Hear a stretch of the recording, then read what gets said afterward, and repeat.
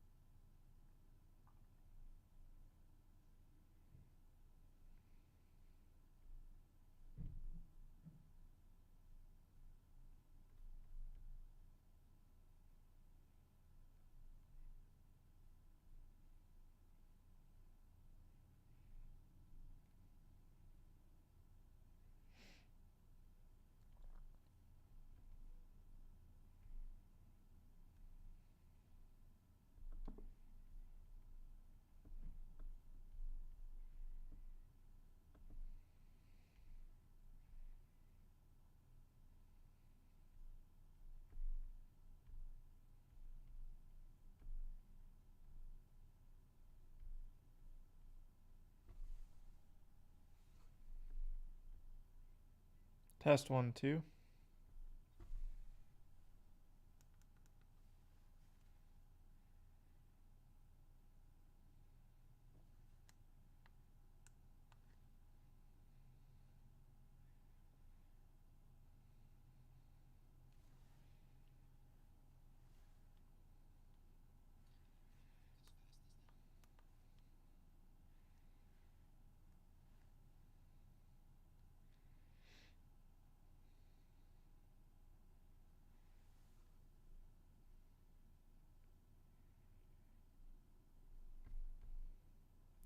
Test 1, 2.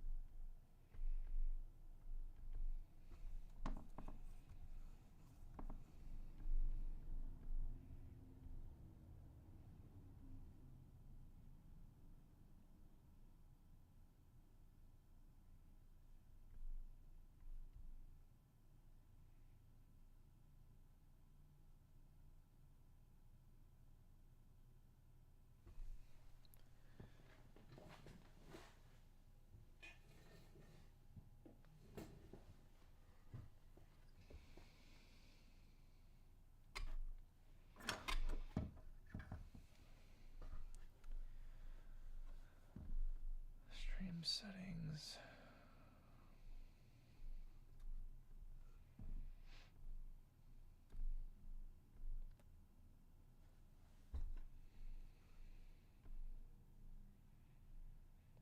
So it seems like it's working fine now.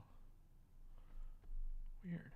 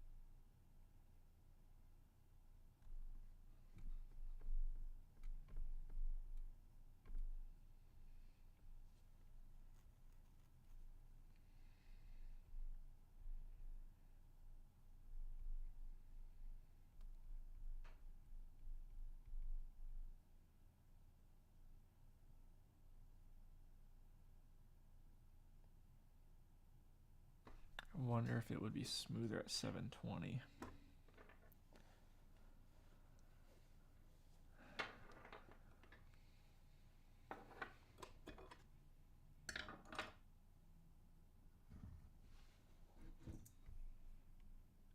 It doesn't need to be at 60 frames per second either.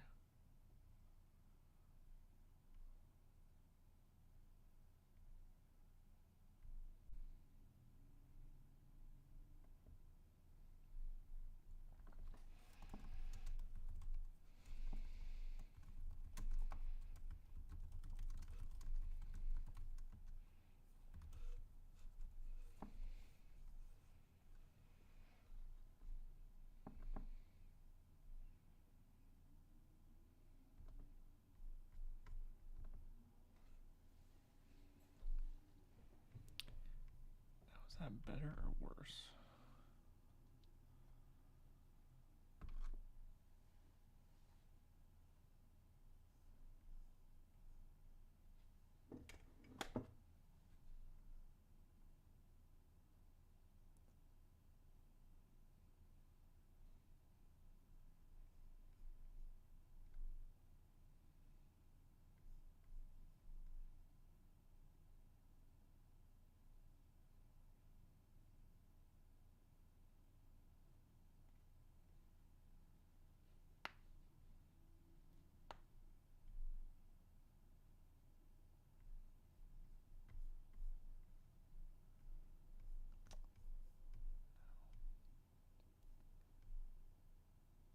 So there's a couple people watching.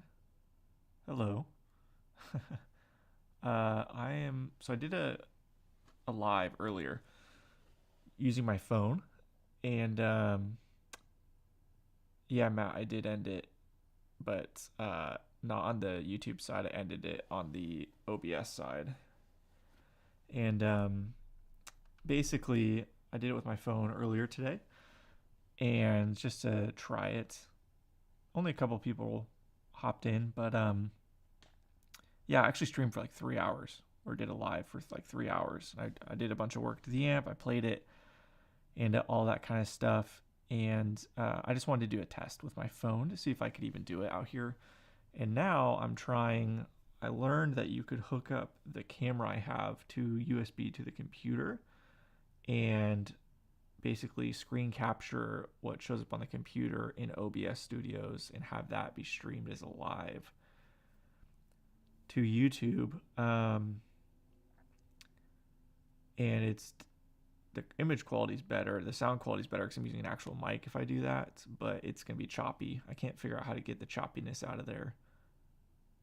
So yeah, I'm just playing with it a little bit to see if this is viable or not.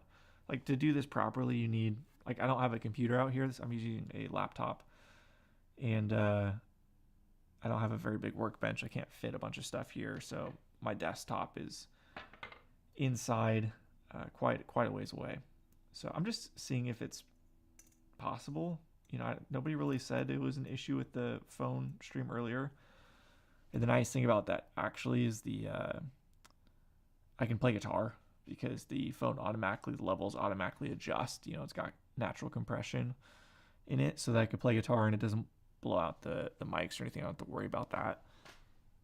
So that was kind of nice and kind of fun to just try that a little bit, but the voice sounded really muffled and the image quality was pretty bad. So I don't know if people would prefer this, or, you know, this is a lot harder because I have to have a tripod and whatever else. The phone's a lot easier to set up. So I'm just playing around. And this is like usually when I get started on working on the amp normally. Yeah, you're at work. I took today off, and I figured it was because it's a holiday. Because it was a holiday that people might be taking half day or anything. So I figured I'd just try it because I had time. I usually don't have time during the day because I'm at work. So audio is far more important than this kind of stuff on IMO. Yeah, well, the hard part is, well, audio. So the audio with playing guitar is much better with the phone because it doesn't peak. And the shotgun mic I'm using just can't handle any guitar at all. Even patted down, it just has no headroom. But the vocal audio should be far better on this mic, which is why I've got my headphones in right now. so I could try and see what it sounds like. And it sounds totally fine. So so me talking is much better with this setup. But guitar playing is kind of out of the question. To do like an actual legit rig, I'm not sure it's worth it unless there's a lot of people that watch these kind of things. But if it's like, 2-3 people, it's not really worth it. But I did film on my phone, did the live while I filmed actually a part of the next video for the Gretsch. Here I replaced all the coupling caps, so I kind of killed two birds. I did it live as well as recorded it for YouTube, like an actual YouTube video. So that might be an option of something I do, to where I can, I can kind of chat with people while I'm doing stuff, and then I can also have the legit video to edit together. Again, downfall of this is any work I do here with the camera set up like this, I can't actually use for a video because I don't have the top down to be able to see. So yeah, I'm just playing around.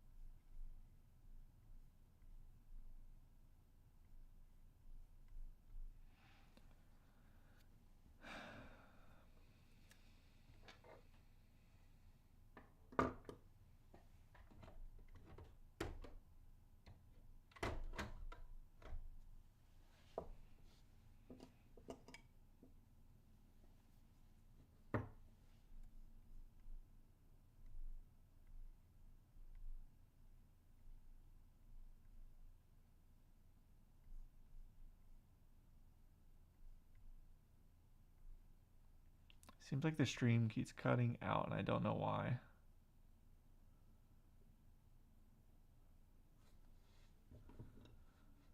My phone keeps cutting out.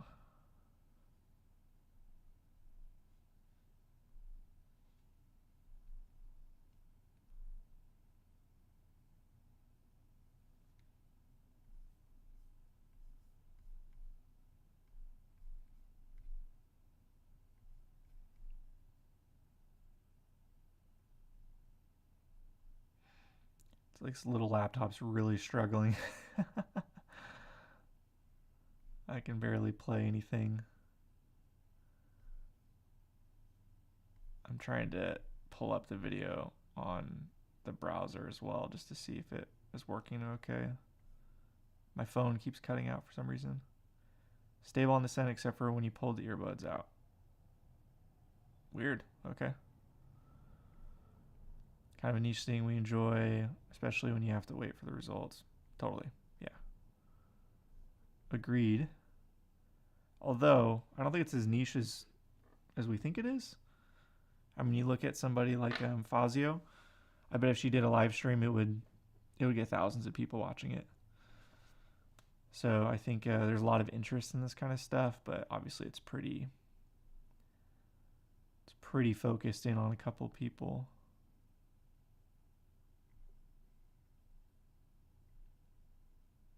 I don't really care.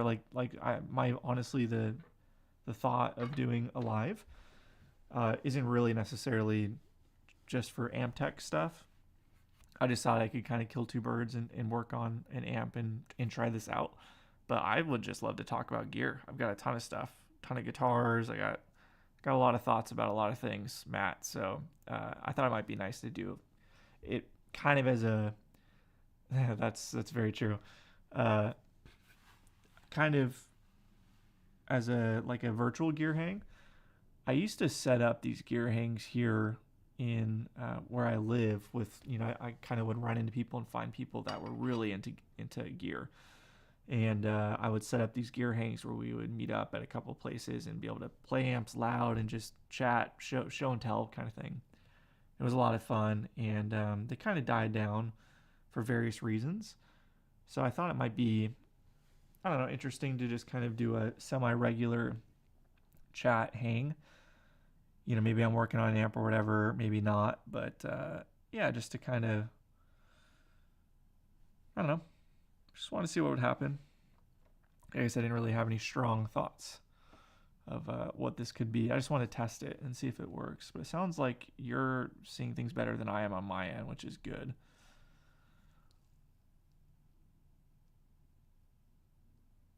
Carry custom strap guitar with you wherever you go, and a King Tone Duelist. So you're ready to go. Okay. I love it. Matt, are you the kind of guy that you bring a guitar with you, but you bring it into the restaurant? If you go to a restaurant, do you leave it in the car or do you bring it in with you? I'm the guy that brings the the case in to the booth of the restaurant with me. I just never leave anything in the car. I know too many people have had stuff stolen, so I'm super paranoid about it. So I will always be that guy, unapologetically bringing gear into the restaurant. Yeah, gear, like, I just think it's all fascinating. I would love to talk. I mean, a big part of what I did on my YouTube channel from the beginning was uh, the digital stuff.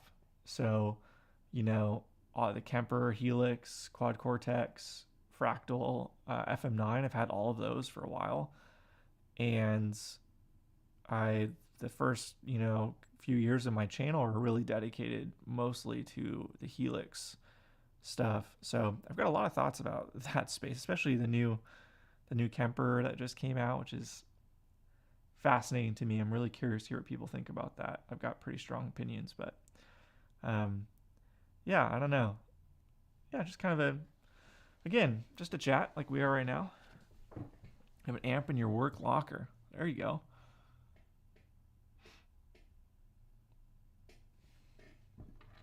That's one way to do it. I know somebody that travels a lot for work, and so he's always got a guitar with him. He flies with a guitar, and then he always has his laptop and his interface, and so he can just kind of use plugins like UA amp plugins or whatever and do that, so he can play when he's out.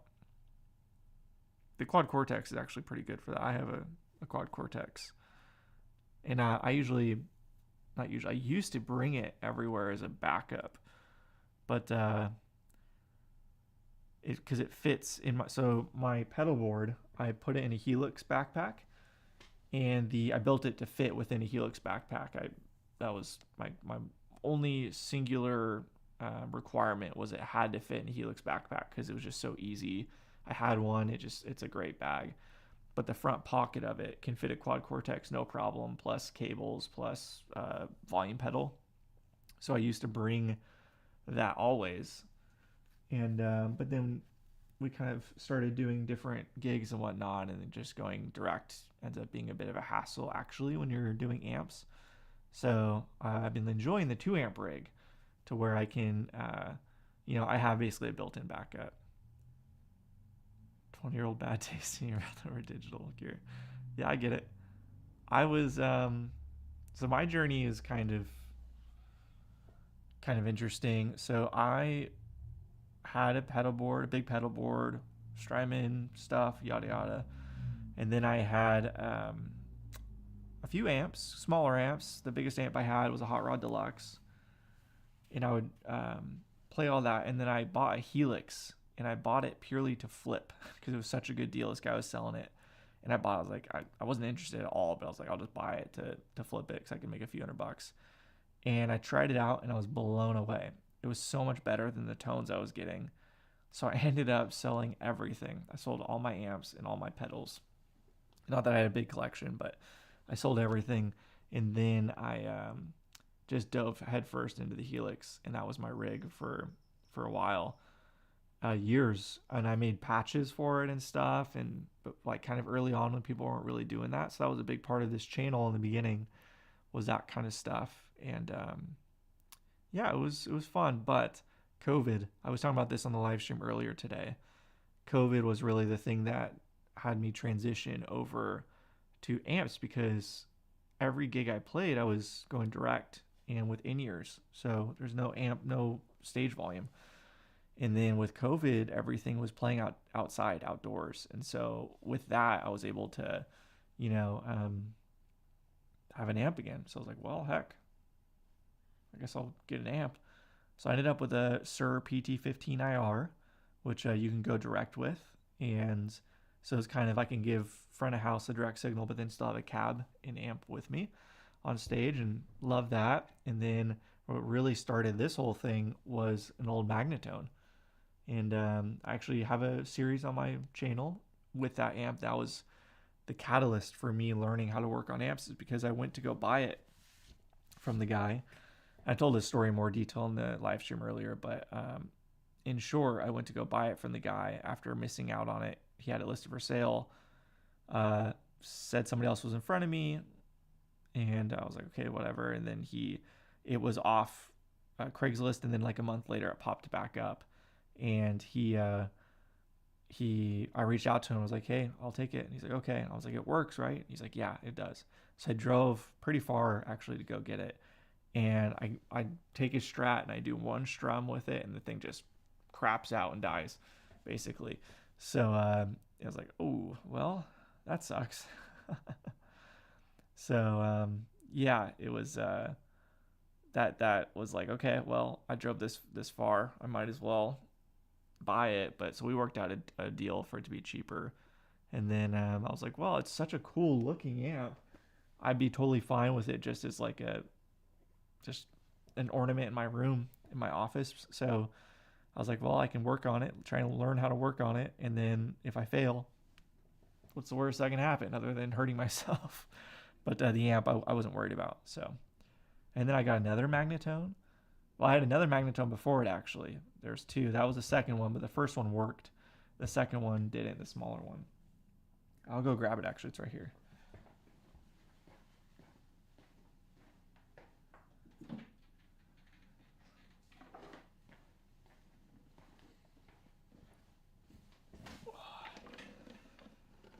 Yeah. Yep, exactly. So there it is in all of its mother of toilet seat glory.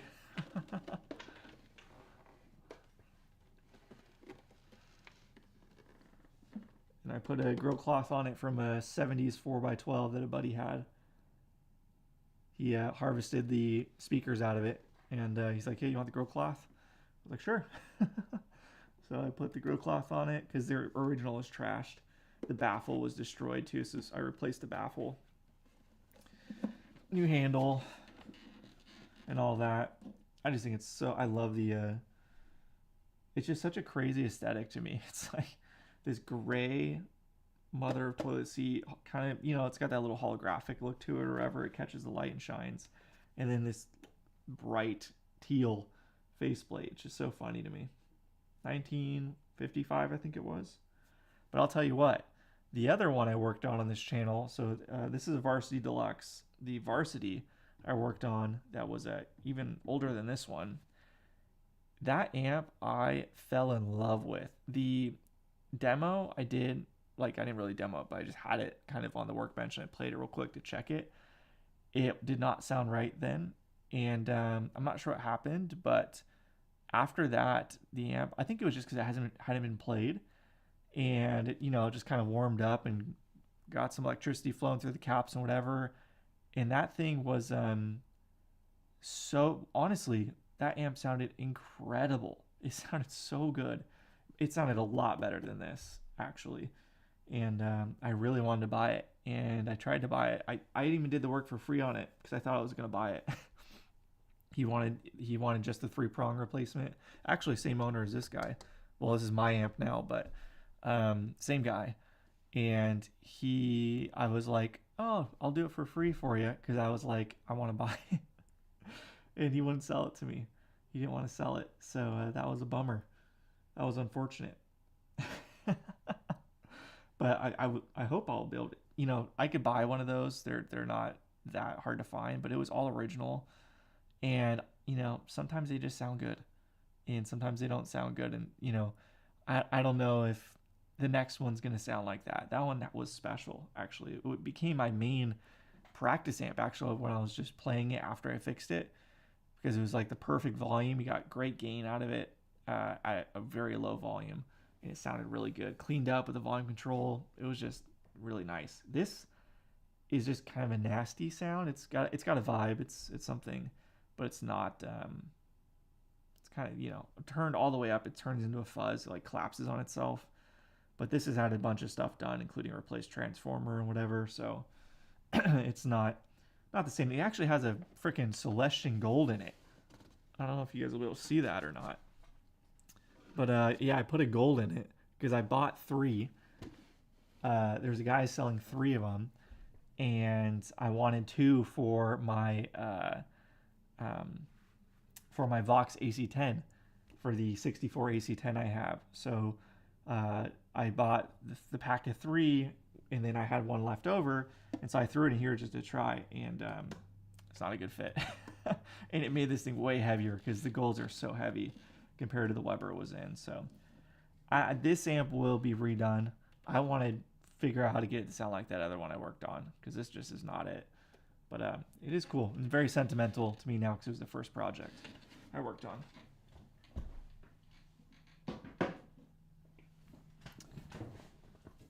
Hey, what's up, Jim? How many hours are you streaming today? Just me, you, and Matt. Yeah, I streamed earlier today, just kind of testing stuff out. I did use my phone earlier, and right now I'm just testing having a camera, the normal camera I use, and having it go through USB.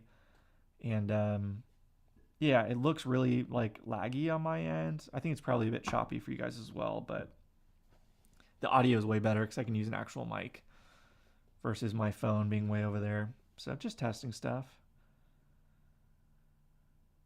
I really like the late 50s Magnatone amps. So there's a 260. 260 is the 2x12, right? There's a 260 local that, God, I want it so bad. It's got the stereo vibrato. The one I have a 440, which I love. That was my first one, and it needs a lot of work. It needs a lot of love, and I bought the can cap for it and everything, so that's going to be on the workbench eventually. But the 260 I thought would be such a cool pairing with the AC30, 2x12s, and I would love to get one of those. But man, they are so expensive now. They used to be like sub $1,000, and now the guy local wants like $1,800 or something, and I'm not touching it for that. That's stupid money for one of those. Everything is crazy nowadays. 4 golds in a basement, very bad fit. Ooh. Boy, that'd make it heavy too. Wow, that'd be a heavy, heavy basement. Yeah, the gold I'm torn on. I have 3 friends actually that have Princetons that put a gold 10 in them, and they sound great. It sounds really good in a Princeton, actually, at least theirs. But this little guy, it's not in. The 12-inch gold I like. It's got a thing. You heard the Alnico comparison video I did. It's got a thing for sure, but I like it overall. This is the SLR. Yeah, this is my normal camera, but it's basically what I'm doing is going USB out of the camera, connected to a program from Sony that lets you view like the photo before you take it, so you can like take pictures from your laptops. Like say you have like a studio setup or something where the camera's on a tripod and it's not moving, and then I am streaming that via OBS and porting it over to YouTube. So it's a bit of a workaround. Just wanted to test it because I don't really have any other way to do this. I don't have a computer out here or anything. I've got a laptop, but no interface or anything to do this properly. Yeah, I would imagine it's very heavy.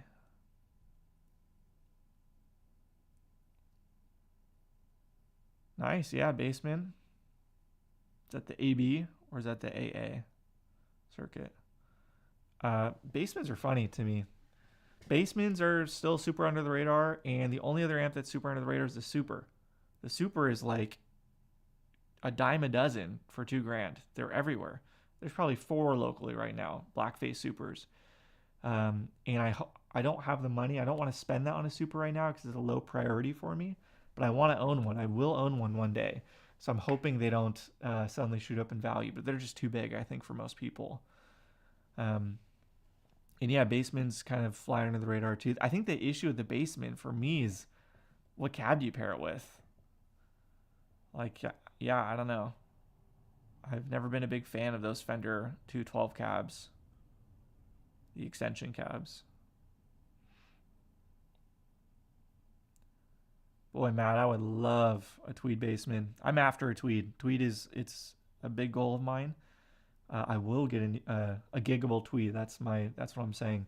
I'm I'm lusting after a Tremolux that's local. That's been sitting for a while, like 6 months or something. I talked to him a couple times. I offered to do a couple trades with him, and he just wasn't interested. So I'm always a little weary of amps like that, but I love the tremolo. Like I love the idea of a Tremolux. I've never played one before, but the later Tremolux, it's a big box, so it's the size of a Pro. So a cab to fit a 15-inch, but it's got a 12-inch in it, so I feel like it should sound even bigger. But then it's roughly a deluxe with I know it's got a different phase inverter thing going on, a different bias or whatever, so it's cleaner, which I also like because I know a deluxe just gets too mushy for any gigging I do. Or supers or bandmasters noisy? No, I've never played a bandmaster. Those ones don't make sense to me. Same with the Showman. I understand it's a twin with a twin basically within the head form, and I don't even know, does this Showman no, Showman doesn't have reverb either. Yeah, those are just not interested in me. Yeah, 5G9. Yeah.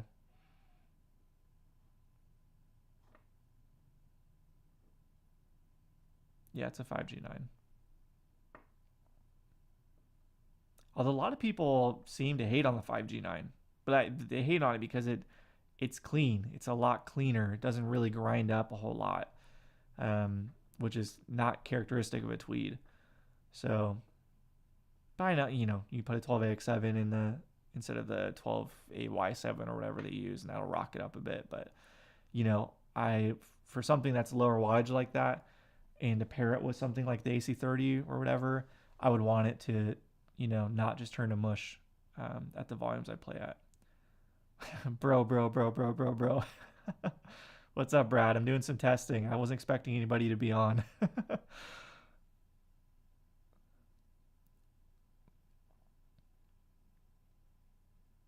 Blondes are cool. I really like the blonde Baseman I tried. I brown face era is on the list. So basically what I'm trying to do, these are like the side quests, right? The like very weird amps that just kind of fall in your lap. This is the Gretsch 6161, by the way. But the goal is to get kind of the one of every major food group and like a top version of that, something that is a lifer. So I've got the AC30, check. I've got the Vibrolux, check. So that's, for me, Blackface is done. Vox is done with those two. So Tweed, I need a giggable Tweed. So Baseman would be ideal. Bandmaster 5E7, 100%. If I found one for something that wasn't freaking 10 grand, I can't pay this insane money. But if I find one that's beat up or whatever, heck yeah. So something for Tweed and then a brown face. And I'd feel pretty good about that. And I've got a bunch of other little stuff, but I need to have one of those.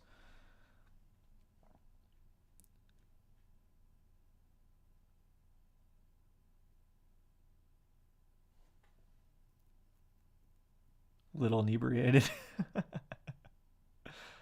Welcome, buddy. Christmas around the corner, time to celebrate. I didn't know that. Interesting. Again, the thing I struggle with is with the Fender heads is like, what cabs do you pair them with? Because aren't they all 4-ohm? I don't want to wish it on my worst. Yeah, I don't know, Brad. I don't think I don't think this channel has got much hope for anything. any real growth. It's the video, the video of this. I worked so hard and churned that sucker out. And I had a couple editing errors, but it bombed. And so I was like, well, I'll just re-upload it and fix the errors I did because I just edited so fast that night to get it out. And it bombed even worse on the second upload. So I'm just like, it's whatever. It's whatever. It's for me and the two people, and it's good references for myself later. Yeah, yeah, 4 ohm, exactly. So it's like, I don't know, what am I gonna pair with that? I've got my Marshall cab there, 16 ohm, the 4x12. I've got the Bad Cat 4x12, that's 8 ohm. What am I gonna pair with those? Everything nothing is 4 ohm.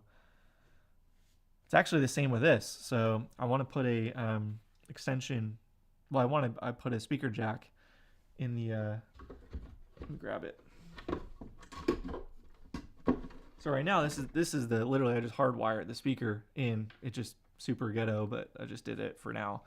But this is the bottom plate, and it goes like that.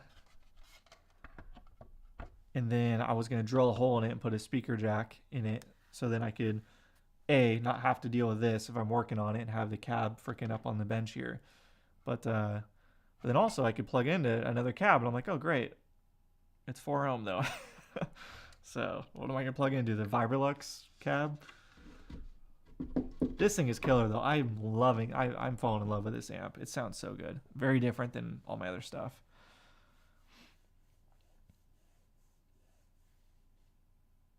Yeah, it's true. It's true. I think the thing for me, Brad, is I'm not new, right? I've been doing this for what was my first video? Probably 6 years ago, 7 years ago, something like that. But I've jumped around. This has always been a passion. I got a full-time day job, right? A very demanding day job. So this has always just been a passion project. But this is what I want. Like what we're doing right now. The only reason I am even doing any of this stuff is just to like talk with people, learn from people like you, Brad and Matt, who have just been incredibly helpful to me. Thank you along the way. But B, to just like have this dialogue and stuff, because I don't know a lot of gearheads in person, and most of the ones I do know, I've moved or whatever. So I just like the community part of it, to be honest.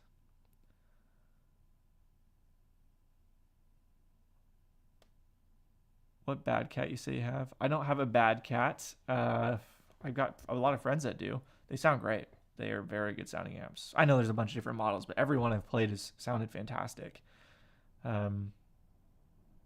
Yeah, they're local too. Oh, I was saying a Bad Cat cab. Sorry. You can't see it. It's off camera. I don't think I've ever shown it in a video before, but I have a 4x12 Bad Cat cab, and it is a beast. I got it off a guy off Craigslist for $300 or something, and it is monstrous. I played a show with it in the Friedman Twin Sister, and it is extra deep, and it's got the Bad Cat V30s in it, and it's a massive sounding cab.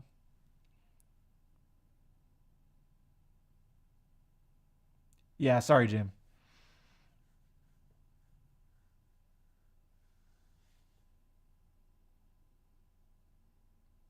Yeah, that's exactly right, Brad. I know exactly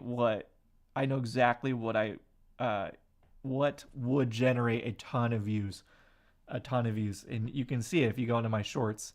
I just post a 2 second little video about the quad cortex, and it blows up instantly. All of my content, if I could, I could do anything clickbaity around the new Kemper that was just released, and instantly thousands of views and new subscribers. I couldn't care less. Couldn't care less about that stuff. It's just not interesting to me. So that I made the conscious decision a long time ago. I was really into the Helix way back when in the Kemper. That was my rig. So that's what I made content about. And I got really into pickups and testing them in my guitars, and that's what I made content about. And then I got really into amps, and that's what I started making content about. So yeah, 100% just passion project. Um, it's just frustrating, and you know this, Brad, because you've been doing it a long time too. It's frustrating when you put a lot of time into it, and then it's like nothing, nobody, nobody. It's like you're all alone. It's kind of like starting the live stream and nobody's here yet, and you're just like, all right, fiddling my thumbs. Somebody talk to me. I'm not looking for money or a million views or anything, but somebody talk to me. So have a pint on me, mate. Mary Beermas. Cheers, brother.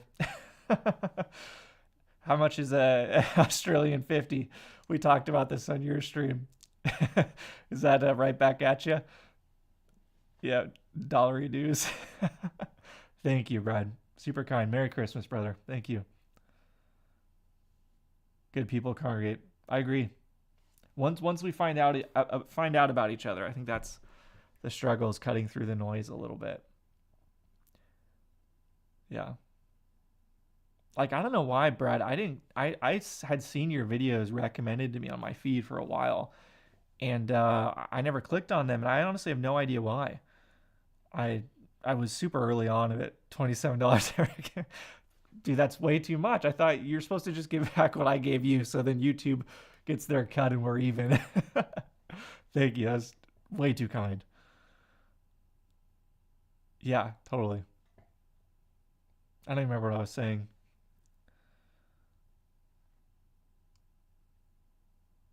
I mean, yeah, it's I love this stuff. I am this amp has really gotten me excited, actually, because it's just so crazy to look at and trying to decipher what's going on. This has been the first amp I've like really started to make headway on, like understanding schematics, because every amp I've worked on up to this point I've had a layout drawing, so I can kind of, just cheat, to be honest. And it's that like fun versus work thing for me, because I have a job that is work. And so when I go to do this stuff, it's, to sit down with a book and study is tough. That's why. And also, I'm not that kind of learner. I never was at school. I am the like hands on. I'm just going to do it and learn it as I go, and like make mistakes and learn from that. And that's kind of exactly what I've done with all this. I've really enjoyed it. I've become very passionate about working on amps, and there's a lot. I have a big knowledge gap on a lot of stuff. I know Brad said, and Lyle have told me, just freaking build a kit amp. It just doesn't sound fun to me. Just, I don't know. It's not because I won't be interested in the amp, because I'm not interested in new stuff very much. So, uh, but like I was talking about before, but you got here, Brad, the old Magnetone. I think I'm gonna turn this into my own little kit amp and rebuild it, because it just doesn't sound that good. And I played an earlier Varsity, not Deluxe. This is a Magnetone from the 50s, and it murdered this thing. So I think I'm gonna go in and just start from scratch in this and really kind of rebuild it. So maybe that'll be kind of my first foray into that.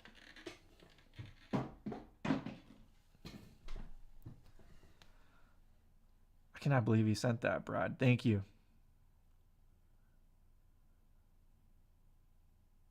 Oh, I was talking about, because I'm sure he's sick. I think what it was, Brad, is that I think it was always live streams. And I was like, I don't have time to sit through a live stream. I'm trying to learn how to not kill myself in an amp, right? Because it was like early on, and I saw a Fazio video. The reason Fazio, or however you say her name, jumped out to me is because she was the only video I could find. She's the only person that had a video that showed how to freaking discharge an amp, right? So like, I know everyone's like, oh, you have to discharge the caps, you're gonna die. I'm like, okay, great. How do I discharge the caps so I don't die? And then everyone's like, discharge the caps, but nobody said how the hell you did it. And she had a video that showed exactly how to do it, and I was like, oh, okay.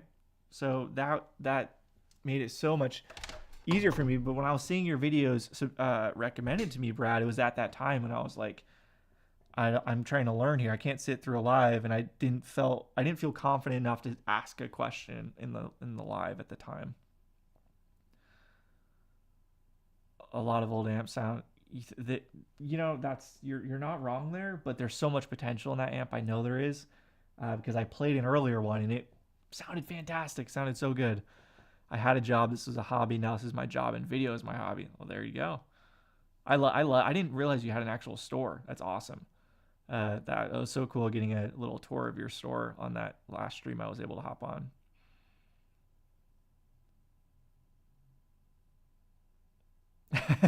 I'm with you, Jim. That's, hey, that's, don't I'm not recommending it. It's not, don't start with a freaking major project as a 64 Vibrolux reverb, one of the most valuable blackface amps on the planet, like I did. But that's how I learned, and I'm more passionate about doing it right with that amp versus doing a kit. So that's just kind of what I decided to do. Only one was a kit. Yeah, well, you're a genius, Matt. So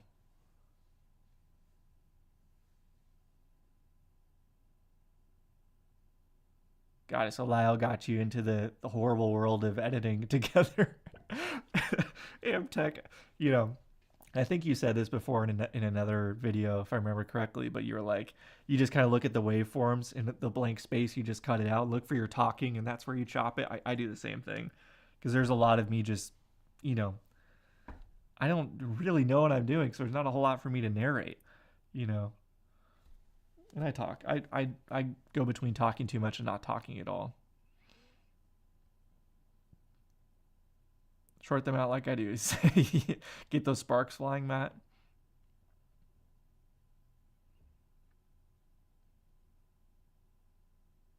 Week worth in one day. That's awesome. I love that you're having because obviously it's December, and so where I live, it's well, we had a torrential downpour today, crazy rain. But normally, go back 2 days, it's been 70 degrees and perfect. I live in Southern California by the beach, but everywhere else is like snowing and super cold. So it's funny to me to see you talking about a barbecue. That's awesome though. Fender amps are so easy to repair that literally almost anyone can successfully. I really appreciate the more amps. Well, I am. I mean, case in point, right? Right, Matt. the I just they're laid out. Oh my God, going to the Vox. I'm like, this makes no sense. The way everything is routed. The grounds, trying to figure out where the grounds are going, snaking under the boards there. God, Leo just nailed it. Everything else is just a mess compared to those old Fenders. It's like incredible the difference. Blew me away. Yeah, I'm now all I want to work on is Fenders. Like I get, not a ton of requests because I stopped asking or stopped putting myself out there as taking in amps, but I was getting a lot, and I was like, I don't want to work on anything but old Fenders because they're just so easy, and it's good for me to get experience with those. These ones scare me more because I don't know what's going on, but this has been a good learning experience for me working on this guy. And really, I love it. Well, see, Brad Lyle, the way we got connected was because he wanted to know how I filmed my videos. He had some questions about lighting and stuff, and it's funny because me and him were going the opposite directions. I used to really care about how my videos looked and put so much effort into the lighting and everything. And if you look at my older videos, I did all this beautiful B-roll and stuff, and the amount of work I put in and kind of the again making no money from it and anything, my time was just so limited. It was like it wasn't worth it, and I was losing the passion because I was putting so much work into that stuff. So with these videos, I was excited because I can just have one view and be good. It's not the best, I know Lyle's gone the opposite direction. He's gone to doing voiceovers and doing like beautiful B-roll and stuff.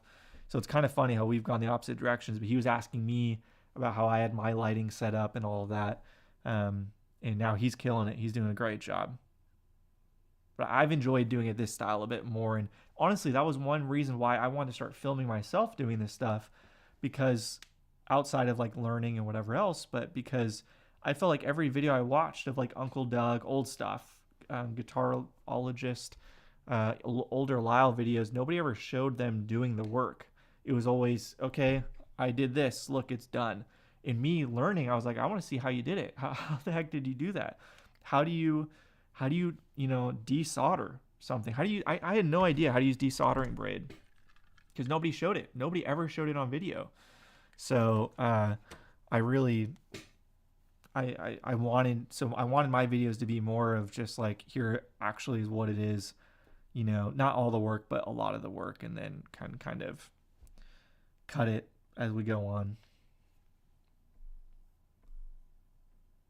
What mic you got? I'm just using it's like a Rode USB mic I've had forever.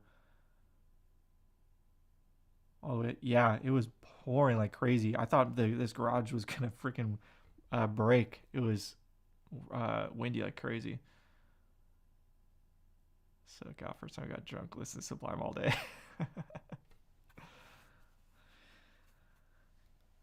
Even Leo's early Woodies were laid out right. You love the pickup videos. Those were definitely a passion project. Those were, I was talking about in the stream earlier today. My goodness, they were so much work. And the thing for me too is I felt like I had to do it all back to back to back to back to back. So I shot it all back to back. Like there was no days mixed in, no gaps or anything. Because it's like sometimes, a day passes, the weather changes, and the guitar is just not playing the same. The amp sounds a bit different, whatever else. So I was like, I just gotta freaking just man up and do it. And the 345 one in particular was pretty brutal. Even with the workaround I did to swap pickups in it, that was an insane day, an insane amount of work. Another one that was a lot of work that I was talking about before was the stainless steel refret the video. Because I had to find a guy to do the refret, and he needed to do it within a day because I wanted it to be no more than a day gap between both excerpts of me filming. I tried to time it right where it was like, the weather would be the same. I really wanted to be very apples to apples on that. Those are a lot of work. I've got another pickup comparison video. So it was so funny. For those videos, I had to buy a bunch of pickups, but I also had actually really kind people send me their unobtainium pickups, like the Tom Holmes set, for example, was sent to me by a guy just to do the test and send it back. And then after I did those videos, because no pickup maker was interested, and then I just started getting hit up over and over with, oh, can you, hey, you doing another one? Use my pickups. And I just turned them all down because I was no longer interested in it, right? I kind of felt like I turned over that stone and was good to go for, wasn't really interested, especially with humbuckers. But the single coils I'm still interested in. I've got a Strat I never play, but you got to have a Strat. So I have a Strat. And it's got this crazy expensive set of pickups in it. And I bought another crazy expensive set of pickups in it. And I want to A-B those. I've already done a Seymour Duncan versus Ron Ellis in that guitar. So now I want to do Ron Ellis versus a Rewind electric set. And because I'm not really happy with the Ron Ellis set in there. So that'll be the next one I do in 2024. It takes me an hour to swap Les Paul pickups. I got quick at it.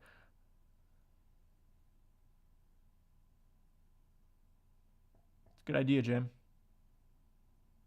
Well, I cheated, Matt. So the first one I did, I put in extension leads so that I could just solder onto the leads versus having to take the whole harness out each time. But still, it was a ton of work.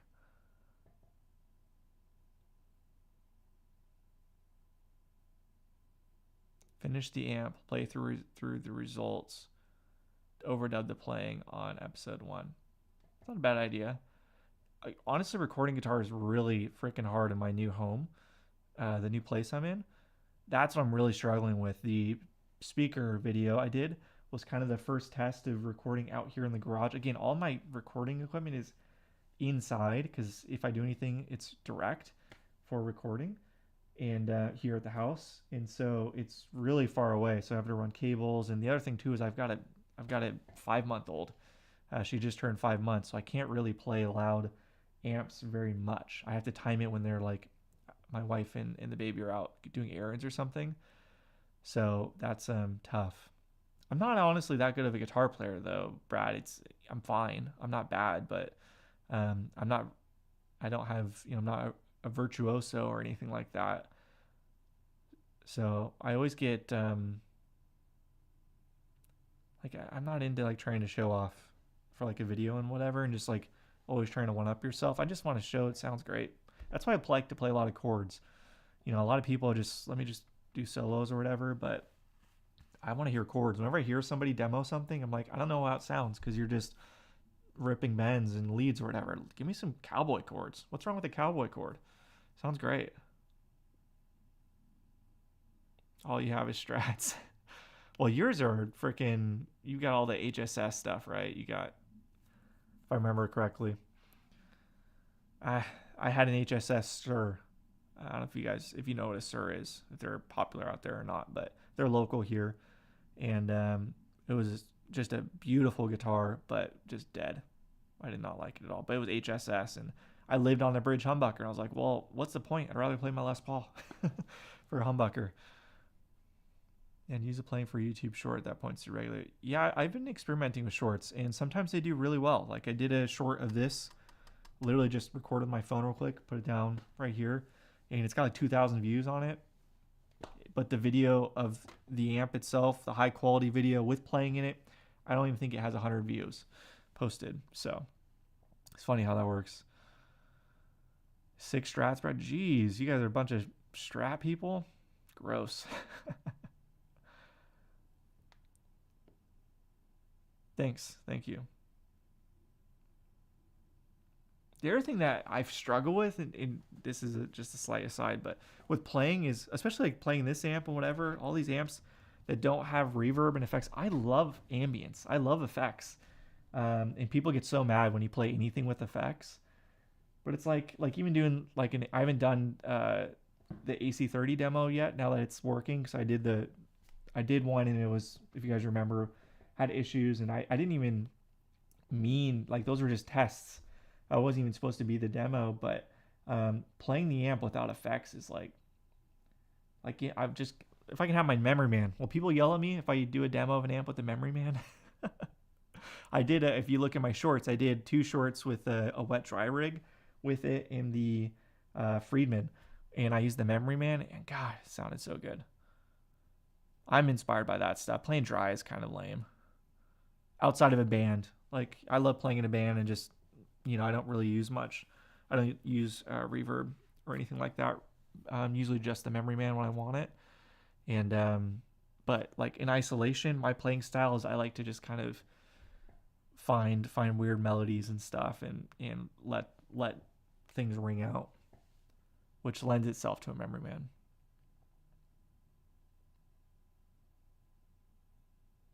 It's true. It's true, Brad. There's no money up there. All the money's down here. Chris Buck is tough for me, dude. Chris Buck is an objectively unbelievable guitar player. I can't watch him play. The faces he makes when he plays are so exaggerated to me. Like, I know he's just really feeling it. I'm sure he is. But me and my friends have a big inside joke about the faces he makes when he plays. It's just so.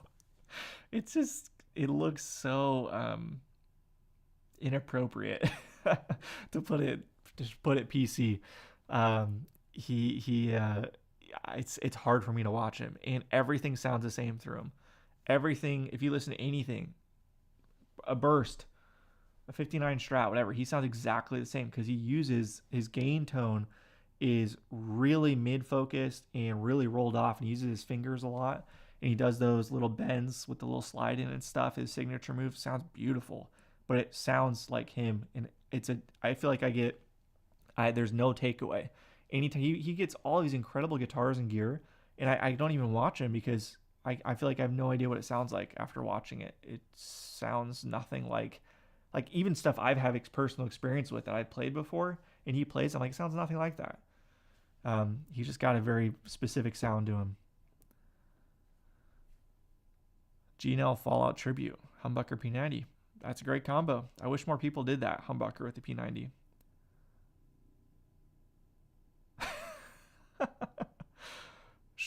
Oh my gosh. Early on, a couple shorts I did where people were so negative. It was so funny to me. And a Tele 335, R9 LP, and basses. Oh, you got a full collection, Matt.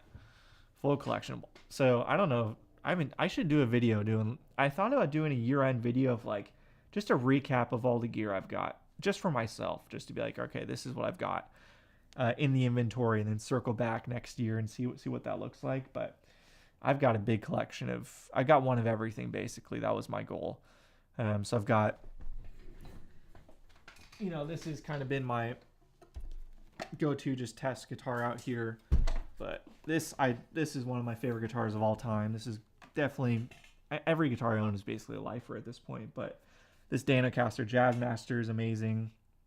I've got a custom shop Tele, custom shop Strat, 2 custom shop Les Pauls, a 3380, a 345, a Gretsch White Falcon, and a baritone. And and then a 63 Junior, and I feel like I've got all the bases covered with those. And I'm not really big into duplicates, but my two Les Pauls are very different. One's gold top humbuckers, and the other one is a 54 custom. Huge into slapback and doubling delay right now. Yes, even slapback, like playing just to give a little something. Across the dark side, Gibson SG. C standard. I love it. I've been having a ton of fun with the baritone. Baritone and B standard. Man, that's a good time. The dark side. I love Gibson. I a lot of people hate Gibsons. Gibson's always been my favorite guitars.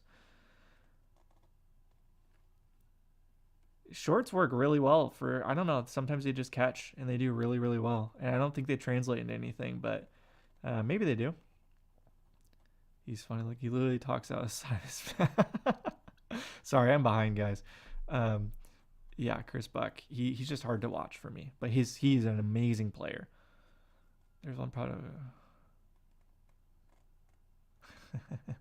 Horizon Devices. They do like the kind of metal stuff, don't they? I feel like I have a buddy that was really into. He had a headless Kiesel and he played a Horizon Devices pedal. Samples, all the sound the same. They're trying to make everything sound good. I want to make things sound bad to show what it sounds like in there. Well, that's the thing I've tried. And maybe, Brad, give me your honest feedback. Just give me your honest feedback on some of the demos of stuff I've done recently. I'm curious what you think, because Lyle, he actually kind of called me out a little bit in one of his live streams. Actually, the one where he gave me a shout out, which is super kind, where he was kind of like, oh, do I want to make everything perfectly edited or whatever, or do you want it to feel raw? And, I talked to him after and was like, Lyle, I can send you the original tracks, but the thing that I do that I think helps is that I use room mics.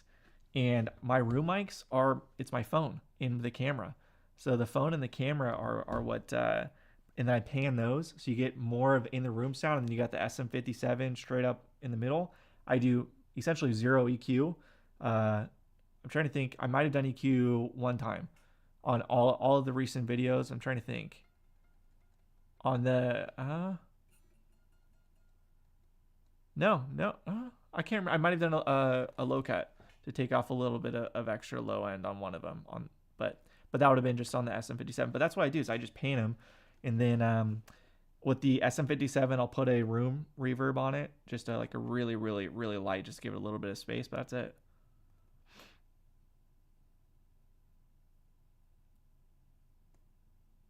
It pays my rent. So I've never had a headstock break on a Gibson.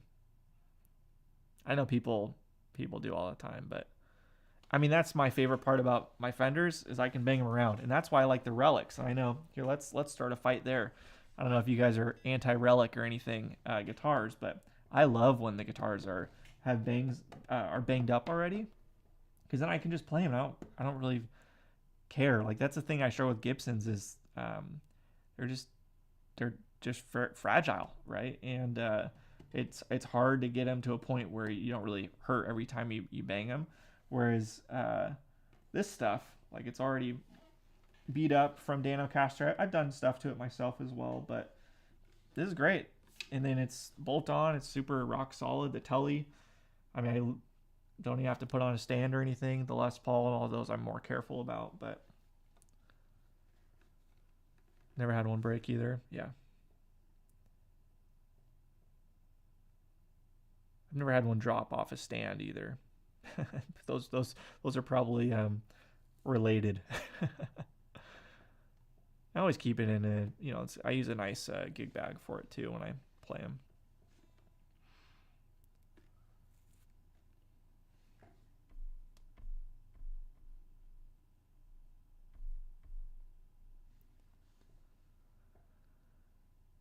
FGNs and Jap Strats. Yeah, I know you were talking about your FGNs in your video. I've never even heard of them. I played a couple made in Japan older Fenders. They're fine. The electronics were terrible in them, though. I know that's pretty common. People swap those out.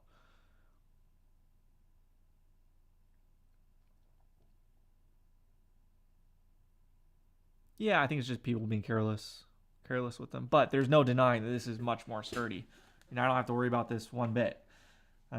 This guitar is rock solid and it's been banged around. In fact, I had a Roomba, like the little robot vacuums, and I had all of my guitars in my old apartment, and I had them all in a Hercules guitar rack that was like 6 in a row. And the Roomba, I put like a boundary so it isn't supposed to go in that room, and it decided to just like say screw it and bypass the boundary.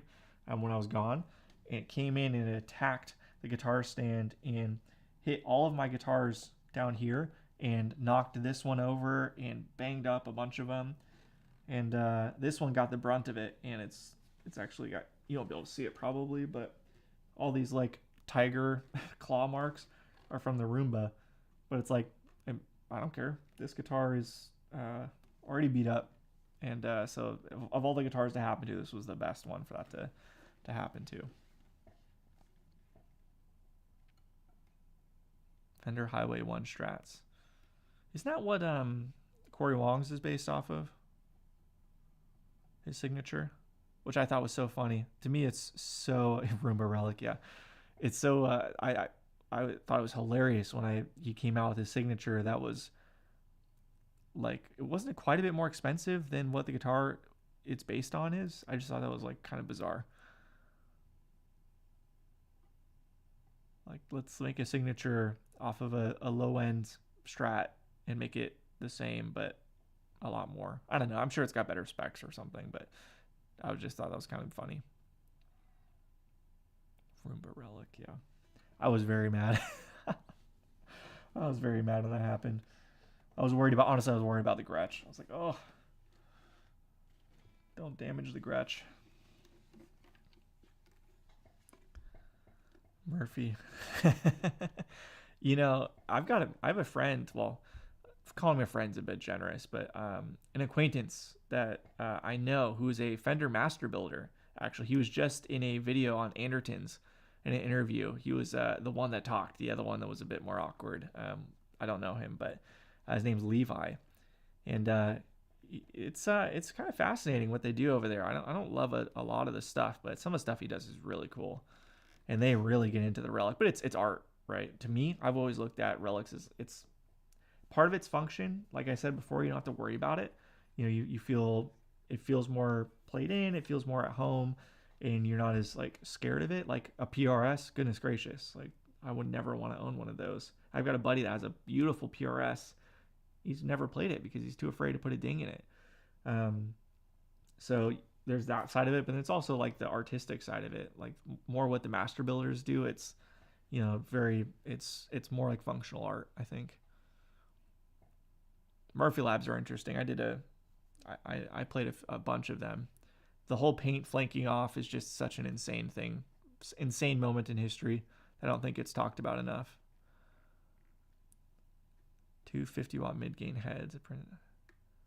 Goodness gracious, sir. When you say I can't wait until the holidays are here, aren't they? So when are you doing all that? This guitar could actually use a refret. It's but the frets are perfect on it, and I don't want to mess with it. I thought about getting it refretted with stainless, but I'm afraid. Even though Les Paul stainless refret went perfect, this, just because they're so rolled, the edges on this, I'm just not sure I can find somebody that'll do it as good.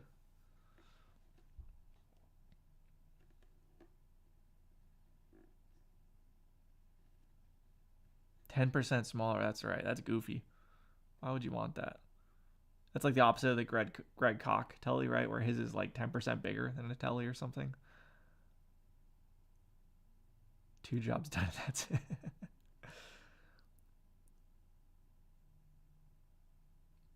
I would love to know how to do it. Not like dings or whatever. I can figure that stuff out. I know, like they had a recent interview Andertons did with Murphy Lab with what's the guy's name?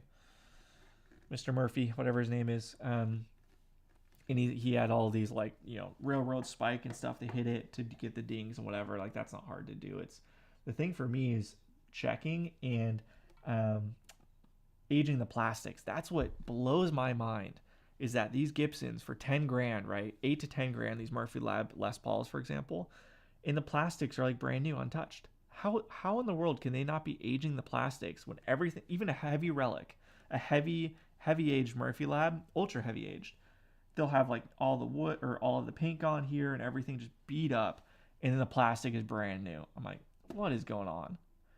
It just blows my mind. Danocaster, I think his aging on the plastics is second to none. It looks so realistic. It looks so good. You can't tell on the camera, but his aging looks really good on the plastics.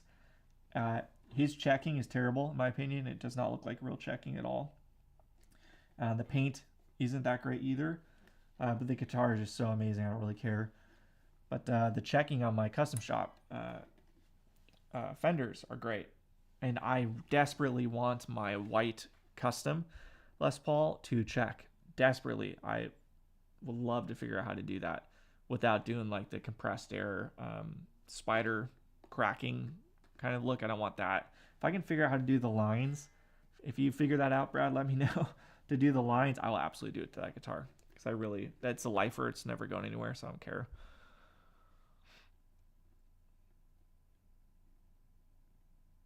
You have to remove the rolled edges. This is so heavily rolled. The fretboard on this Danocaster, they roll the edges so much. That's what makes it so comfortable.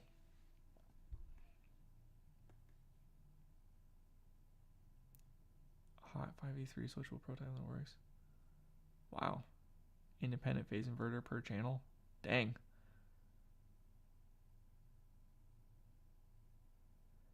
Yeah, that sounds amazing. I look forward to watching that video, Brad. But as far as rolled front ends, my goodness, this thing feels so comfortable. Everyone that plays this guitar is like falls in love with it, and basically everyone wants to buy it. It's this guitar is so comfortable, and I desperately wish more of my guitars had. In fact, I would love to roll the edges on my Gibsons, but they have the binding, and I just don't really know how to do that properly.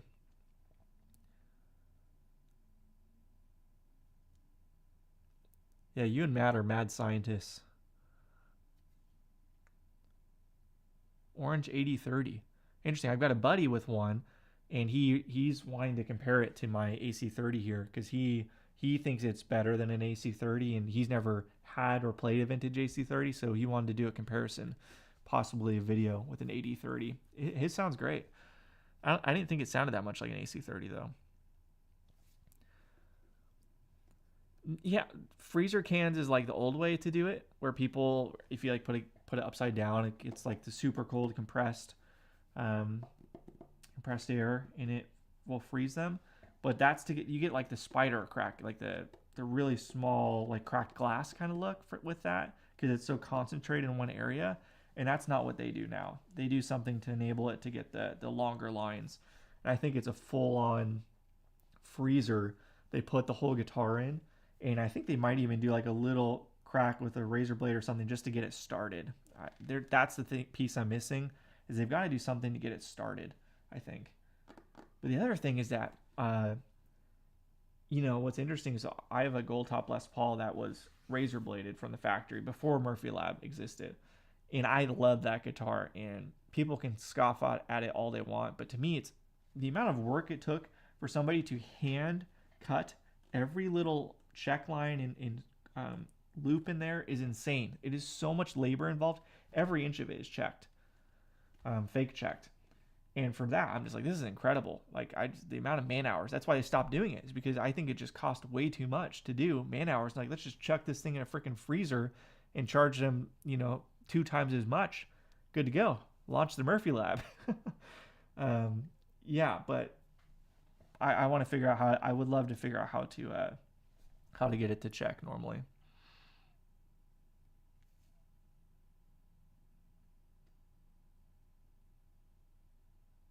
I really want to learn how to age the white pickguard on my Telly, because the Telly is white and it is turned yellow over time. It is yellowed a lot, and the pickguard is paper white, like bright white. So I need to figure out how to yellow that. So Brad, maybe if you figure that out, let me know.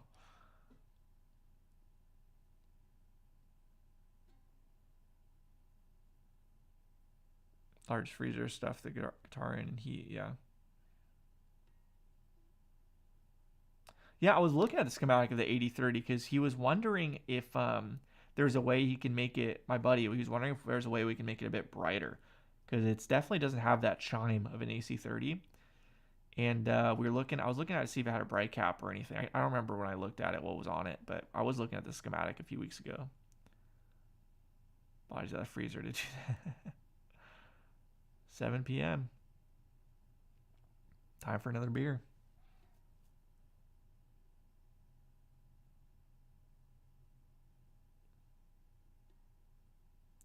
Well, I just, I'm not ashamed. I'm slightly ashamed, but also not ashamed to admit this. I took my Les Paul Custom because it's white. And white, I don't know if you guys know this, but white Gibsons check and age way more than any other color. So much so that Gibson like hates doing white. They'll do an upcharge for it. And there's all these like caveats. If you do white, it's a made to measure guitar.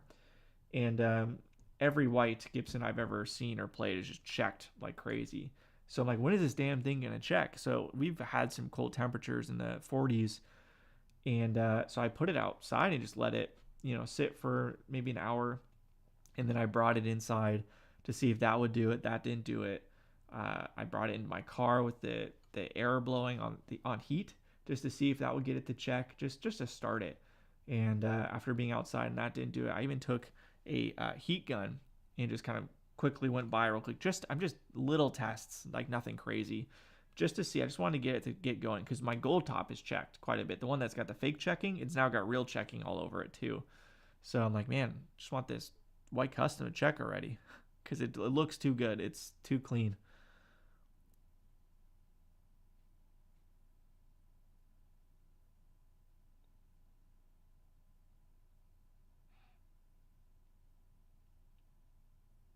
Taking on some flights.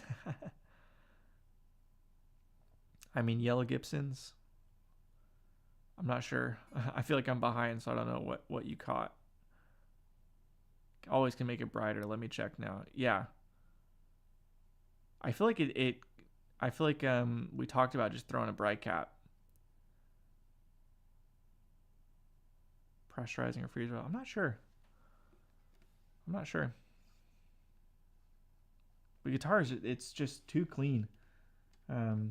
It's a beautiful guitar. I don't know if I've ever shown it on the channel. Have I ever put it in a video? It is such a cool guitar.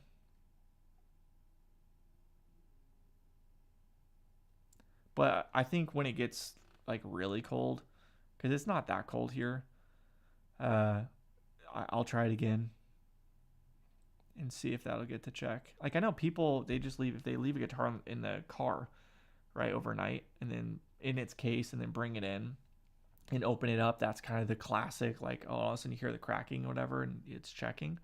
So I might do that, but it's not cold enough here to do that. I just want it to check already, just to get started. It'll happen over time, but again, looks too clean.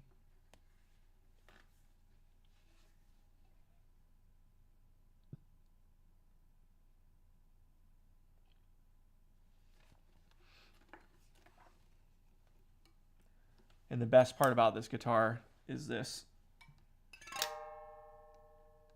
I love it. It drives people nuts. Some people I know, like when you're playing stuff on it, and you get the kind of the ringing notes behind it. Let's see if it'll do it. See if you can hear that. That whole like ringing in the background. But I think it's so cool. It just makes the sound a lot more interesting, more character.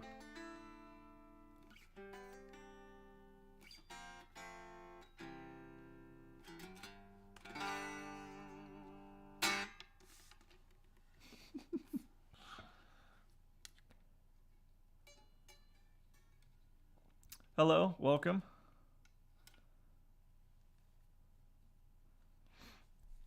Oh yeah, Matt. Yeah. I don't want my white custom. I want to stay the shade it is. It's like a lovely cream. It's similar to my Gretsch, which is also aged yellowed a bit, but it's not gnarly. So I've got three white guitars: the Falcon, the Telly, and the Les Paul. and they're all different levels of yellow at this point. I don't want them to yellow much. I don't like that. Like I won't play it out on like leave it on a stage in a sunny outdoor stage or something. I won't play them for that because I just don't want them to turn super yellow. The Telly's already started to get pretty yellow. I just want it to age more. Yeah, exactly. Strats for the built-ins. Yeah, spring totally. It's a similar concept. The Gretsch has a very similar amount of string length after the bridge, so it does basically the same as this does too. And then the 330, it's got a Bigsby, and I string it over the roller bar, and so it also has a similar length. So most of my guitars have that thing going on. In fact, if you guys can bear with me for like 30 seconds, I can go grab the other guitars just to show you. You see your custom in a video about...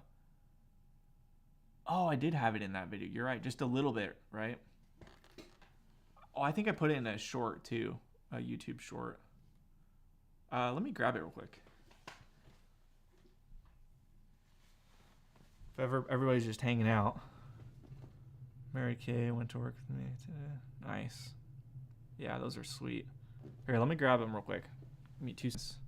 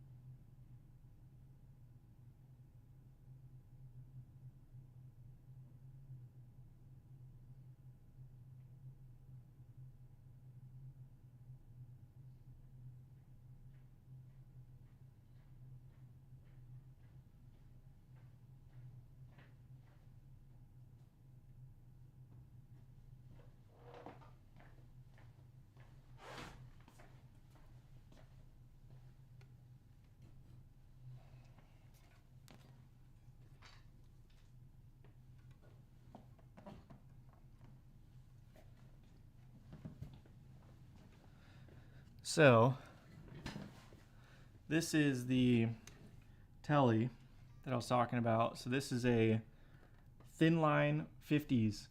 So it was a NAMM guitar, NAMM limited edition. And it's got 50 specs. So it's got like a 57 V neck, nice thick neck. I've actually put a lot of wear on this guitar. If you look at photos of it when I first bought it to now, like all the grime and the fingerboard and all this is all from me. And yeah, it's got like a broadcaster bridge on it.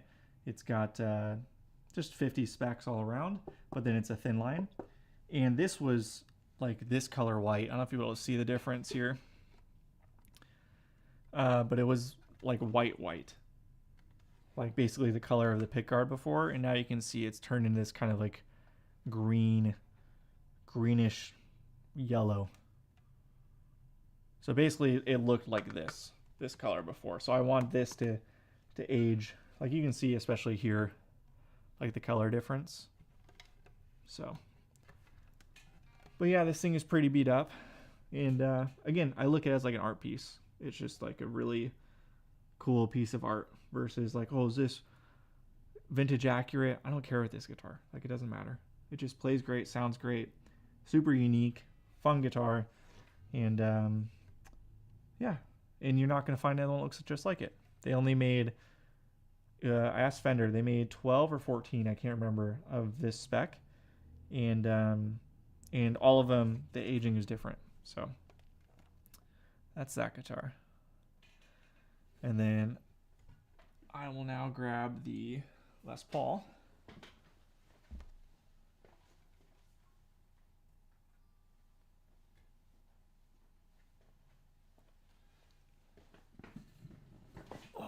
And the Les Paul here is a kind of a nice cream color.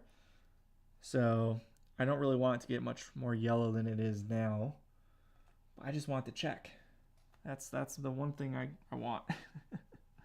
I want the dang thing to check. It's already got a little bit of checking. Kind of all Gibsons, white Gibsons especially, get checking along the binding here. and it's got it on both sides, checking. But I want the whole thing to just get all cracked. So, but this is a very cool guitar. This is a 2019 made to measure.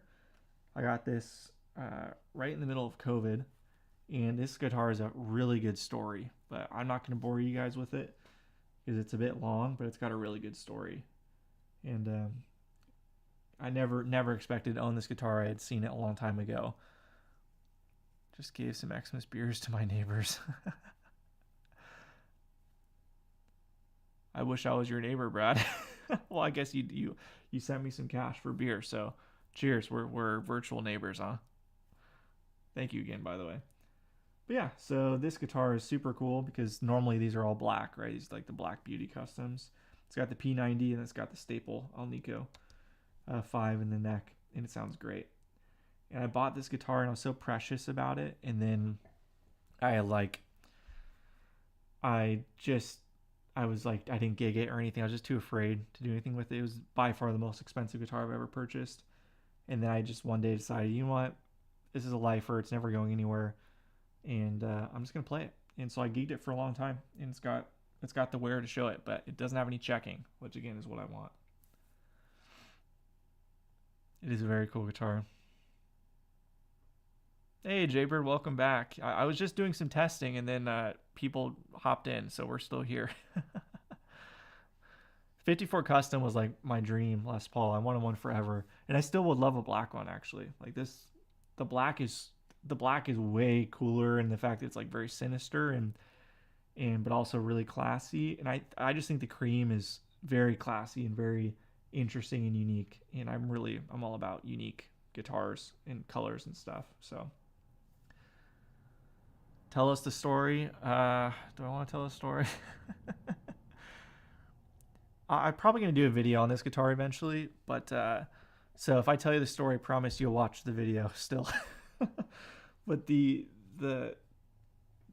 short version of the story is that I'd always wanted a 54 Custom, and one day I was looking on, I can't remember if I found it or my buddy found it. No, I found it. I found it on Reverb. This guitar. I'd never seen one like it. Excuse me. And so I'd never seen one like it. And I was like, oh my gosh, this is the most beautiful guitar I've ever seen. Look at it. It's incredible. I saved it on Reverb. It was like $7,000 or something. I was like, I can never afford this. I will never be able to afford this. But one day, if I become rich, I'm going to do a made-to-measure order, and I'm going to make this exact guitar. That's what I told myself. So I saved it, so I had a reference, so I could always go back and find it. So if I ever became rich, I could, do a made-to-measure, and I would do this guitar. And I showed my buddy it. And I just like, oh, dude, check this thing out, yada, yada. And I think 2 years passed, and the guitar had sold, off Reverb. It was from a dealer. And it sold, and then I just thought I'd never see it again. And then suddenly my buddy sends me a text of it. Hey dude, isn't this that guitar? And the guy that bought it from the dealer put it up for sale right in the middle of COVID, early 2021, I think. And I was like, are you kidding me? That's insane. It's for sale. And he wanted a fairly reasonable price for it. And then I looked at his location. The guy was near me. He lived near me. So I contacted him. We ended up meeting in person, and I bought the guitar from him. We did a deal off Reverb, just met up in person kind of thing.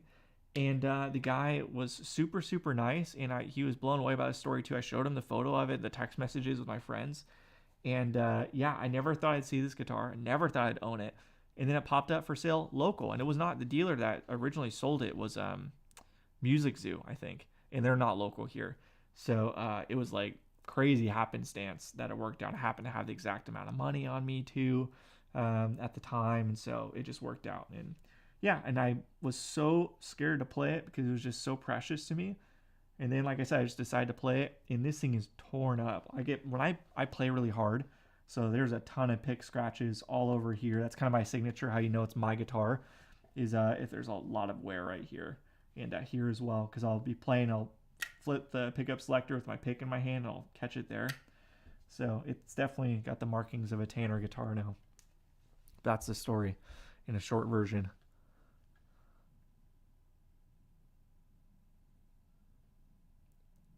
Never owned one, but yeah, I've never played an ESP.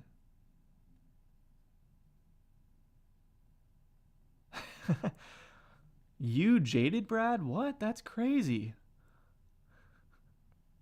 My favorite part about the whole Amtech world, as I'm getting into it, is just there's so many curmudgeons, and I love it because I definitely identify with those people.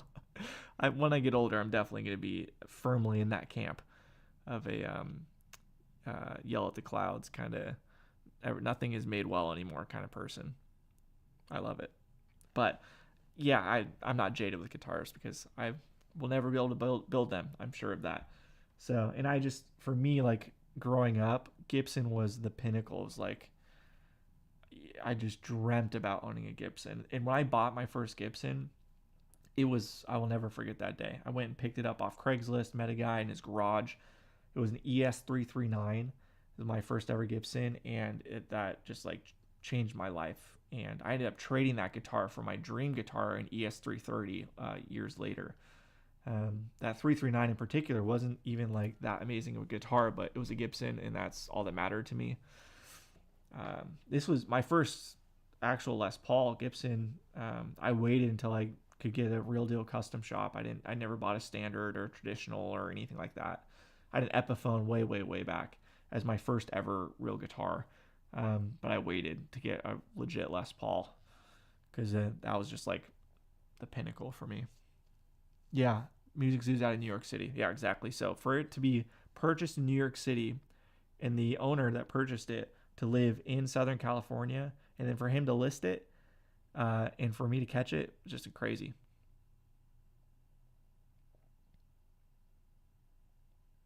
Wait, Matt, I didn't realize you live in Southern California. Where are you at? If you live in Southern California, let's get together. Absolutely. Shoot me a message.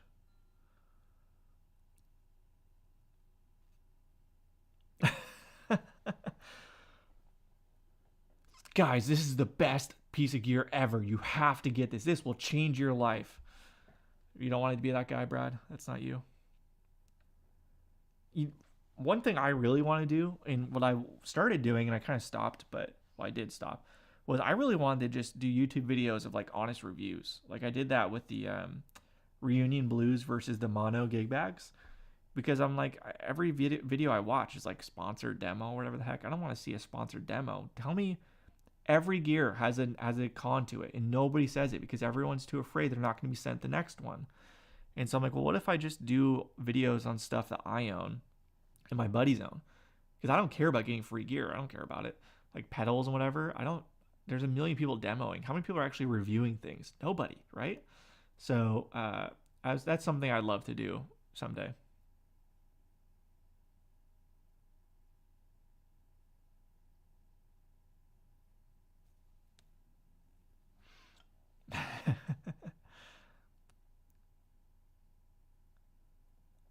Oh, you sent me an email with the address? I don't remember that.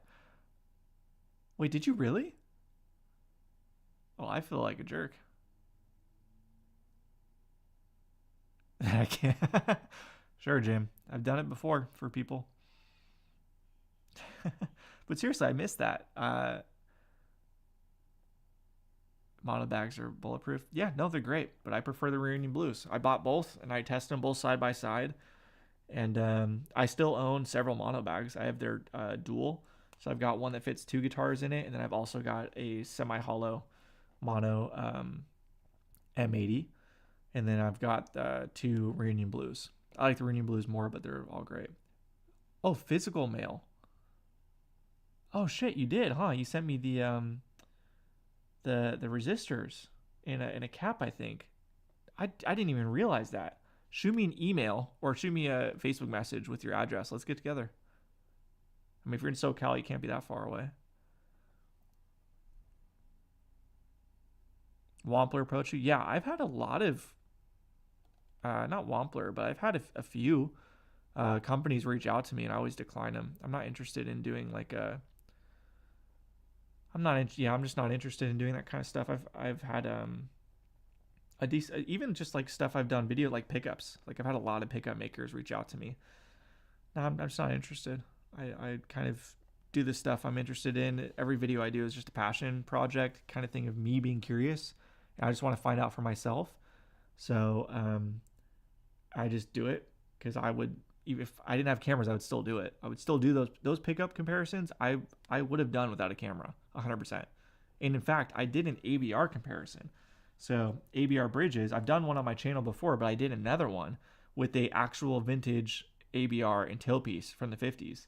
And I compared it on my gold top Les Paul, and I didn't film it. I was like, I don't really want to film all this. And so I just recorded it, and I have it all.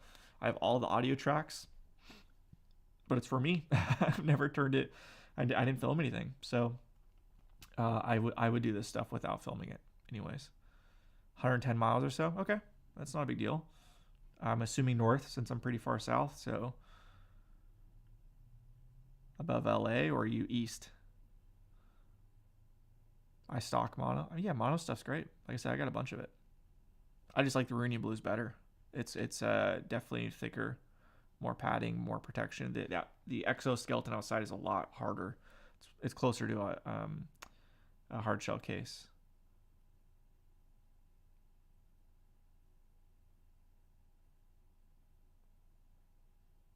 Are people asking crazy money for those Tumnus pedals? For the germanium ones? I didn't realize that. I didn't know there was hype behind those. I played the regular Tumnus, was great, but I don't really understand or Palm Springs, okay. There are some crazy gearheads out there in Palm Springs. There's one guy in particular, I don't know him. We've tried it like once, but I have a buddy that's been trying to build a relationship with him. He's on Instagram. I can't remember his name. Gag Band, something like that. Gand Band, I think is either his band name or what his name is on Instagram. He's got a original V, Carina V, and a bunch of other insane gear out in Palm Springs. $500 or $900 for them since they were limited. That's insanity. People are crazy with pedals, crazy. In fact, here, I'll grab my pedal board. I'll show you one pedal that I recently bought that kind of fits in line with that.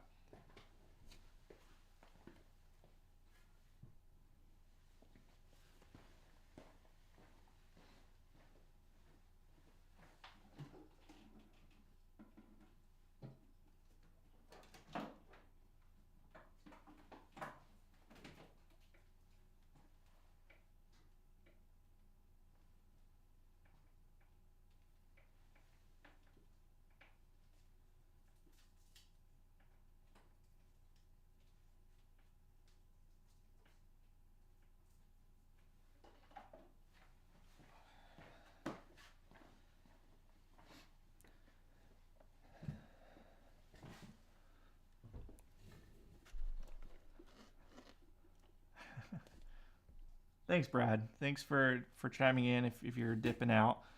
Hey, what's the best way to reach you? If I have a question or something, is the Facebook message the best way, or should I email you? Just if I need to, because I will take you up on that offer of being available. So yeah, maybe just shoot me a message or something on what's the best way to reach you.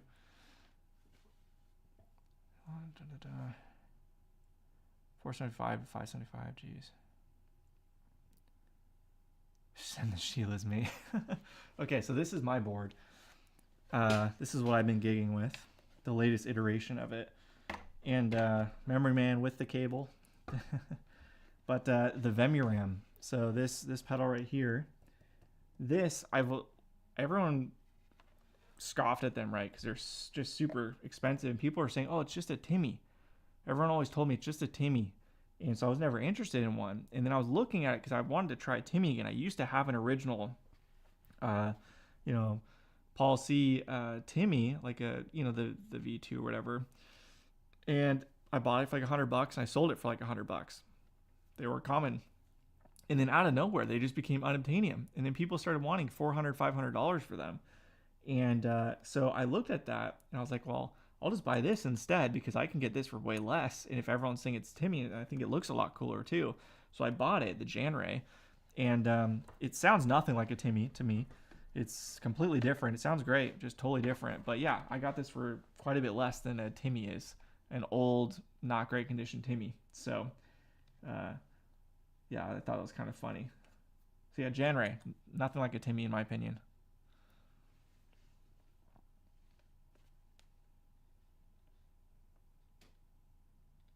The international community strong.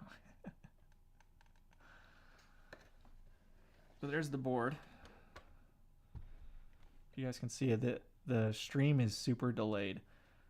So I have to like wait for it to see it show it up on camera to see if you guys can see it okay. But yeah, I got the good old Memory Man. I love this pedal. This is my favorite pedal of all time. I couldn't imagine not having it. I didn't want to ever spend the money to get one. I thought they were always overhyped. And I fixed to friends. And after that, I was like, okay, I need to get one. And yeah, I would never sell it. And the preamp in it actually is a big part of my sound now. And then this is all set up for a wet dry rig. So basically, you got the input into the fuzz, and then I've got the Vemuram and the Mjolnir, excuse me, and then it goes into the phase 90 or phase 95, excuse me. And the issue I was having is the phase 95 flips the damn phase. So I wanted this in the wet signal chain, but it flips the phase when you turn it on, so I can't do it. So it has to go through both amps, which sucks.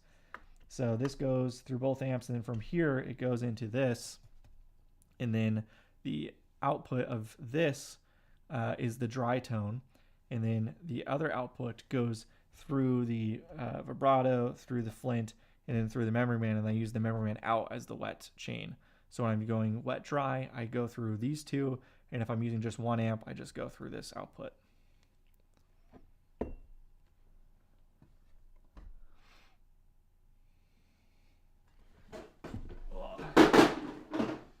Whoops. I just knocked over a little heater thing. No biggie. It's a shame they all eventually go bad and you can't repair them. Is that true?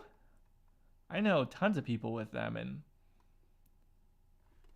they've all been pretty solid, other than pots breaking, which is annoying.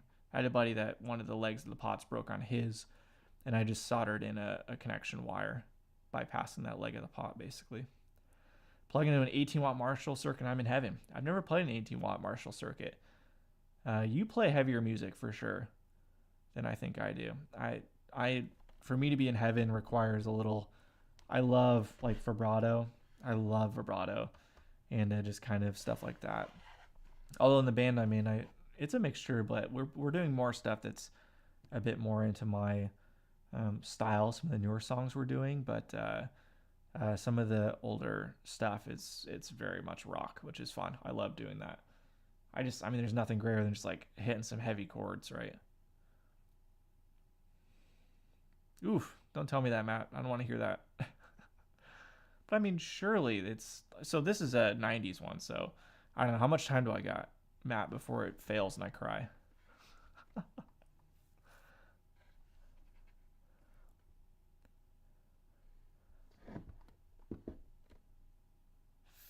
Finished repairing at 6 a.m. Owner picked up at 7 a.m. Goodness. Didn't even know it existed. 1974X. Okay. I see a lot of those little Marshall heads. I'm assuming those are the 18 watts for sale. I see a lot of those all the time, but I've never played one. I know literally nothing about them. On the bucket list, so I forgot about this, but I talked about it. But I forgot about the amp. So I talked about wanting to get one of every major food group, right? So you've got the Vox, check. I've got the 64 AC30, Super Twin, I'm good to go there. I've got the Blackface, Vibralex Reverb, check. I need a Tweed. I need a brown face, and then I need a Marshall. I don't own any Marshall amps, so I want to get probably a 50 watt super lead or super bass to match with the 412. So that's on the list. I'd love to get one, but people want too much money for them, and they're all modded. So I'm just kind of waiting for the right one. I'm not in a rush. Those are hard to gig.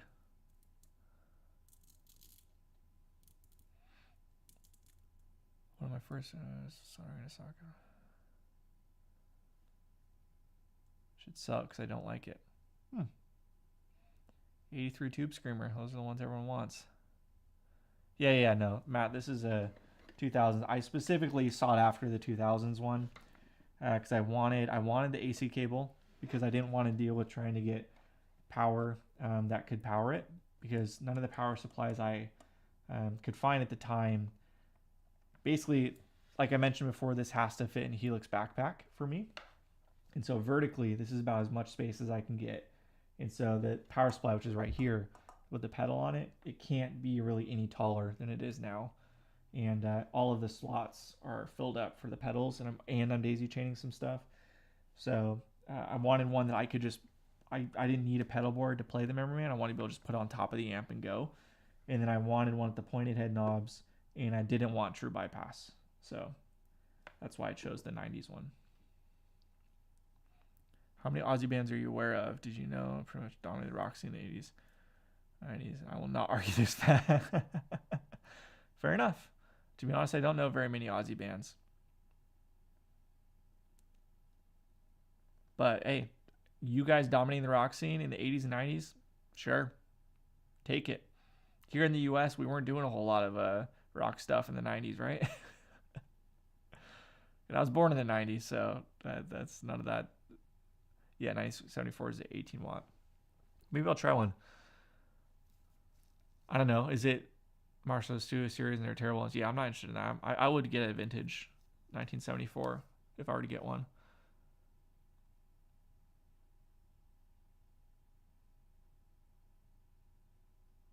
How much are they? Are they super expensive, the little 18 watts?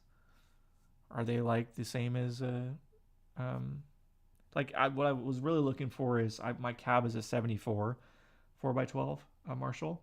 Not original speakers, unfortunately, but goodness gracious, the amount of money people want for speakers now is so stupid. I have a guy I know that has a 68 cab that's just trashed on the outside, grill cloth replaced, just kind of all the stuff you don't want, and it's got a hodgepodge of vintage speakers in it. And I was potentially looking at buying that, but yeah, just not. But the cab itself, the 74 cab I have is very, very clean, really nice. But I want to find a non-PCB amp, so 71, 72, somewhere in that time frame, before they switched over. That's the goal.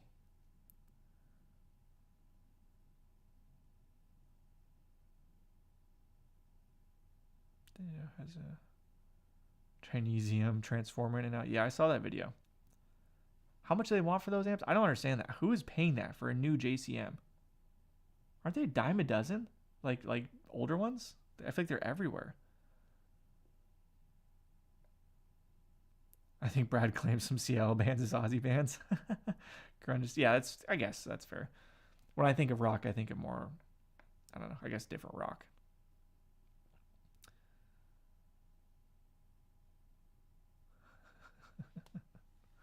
Yeah, that's the board. I'm really enjoying it. You know, I kind of went full like just this and just the Memory Man and the spring reverb tank and then a tuner.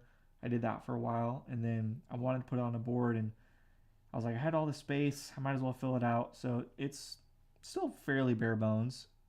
You know, it's not nothing crazy on it. It's a bit more than I need, but I like textures. So there's parts I wrote in our band that like really relies on the face, for example, or the vibrato, and just kind of really my role in a lot of the songs just to add some really beautiful textures. So, and then the Flint I really don't use that much, just to have some reverb if I want it, and some trem if I want it. And then in the band we play in, all of my amps are turned up really loud. I play them so 90% of the gain is from the amps and the preamp of the Memory Man, and then these are all for solos. So the fuzz is just for solos, the Klon is just for solos, and then this will be the same thing for solos. So just kind of different solo tones essentially. I'm gonna put this sucker back.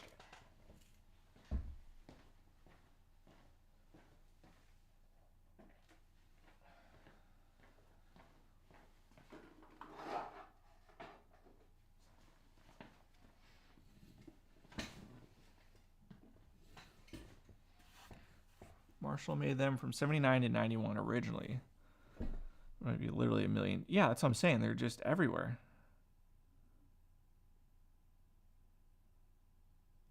I didn't even think about Crowded House. Fair enough. You win. That's true. AC/DC, of course.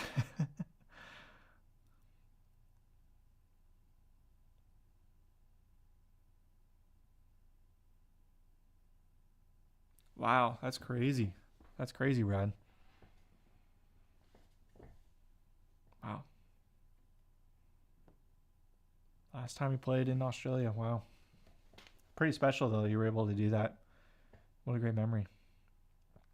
Oh, I missed that $3,000. Is that for what amp? Are we talking about the JCM or are we talking about the 18 watt Marshall?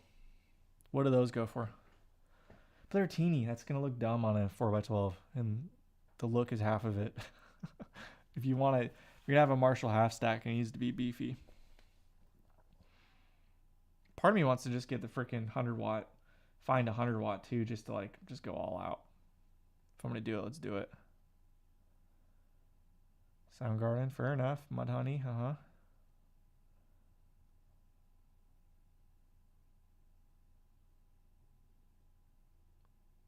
Smoking Macas, I don't know that. Let me grab one more amp that's sitting off the side on top of the Marshall 412 real quick. This is going to be the next video.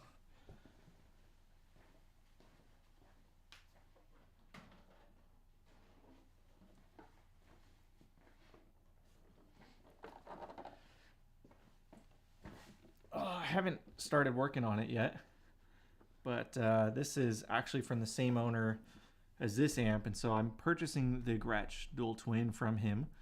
He only wanted me to change the switch, and everything else was all original, and so I was like, we should really replace the caps, yada yada, and he's like, I don't want to.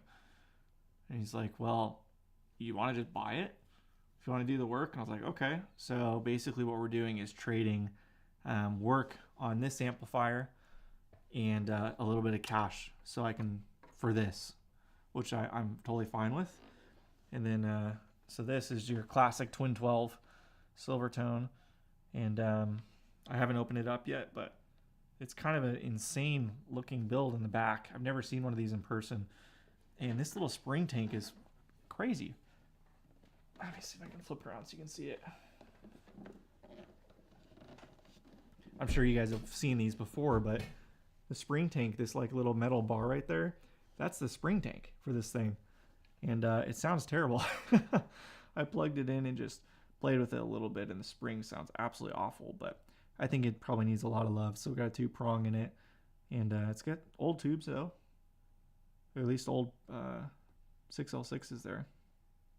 I'm sure it'll sound great once it's good to go, but it definitely needs some love. So this will be the next project.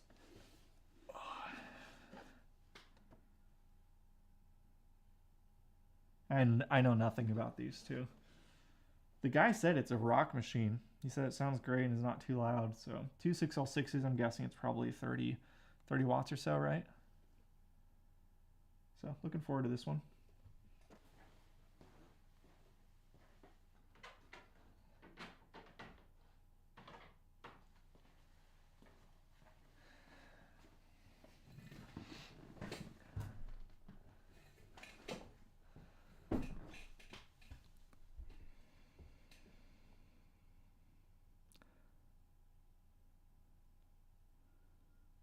All right, these are all the bands to keep an eye on. Hey, Brad. Punk in Australia. All right, I'll bite. I'll listen to them. Twin output transformers? I don't think so. I think it's just 2 transformers in it. The power and output.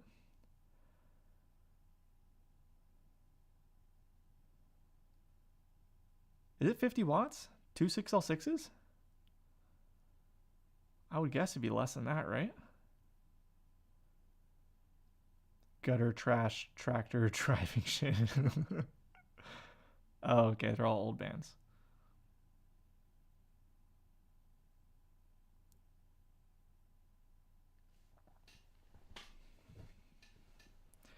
I'll say the one thing that's like, it's nice having a little side income from this stuff, but I've got so many of my own projects that are just left sitting because I'm working on everyone else's stuff.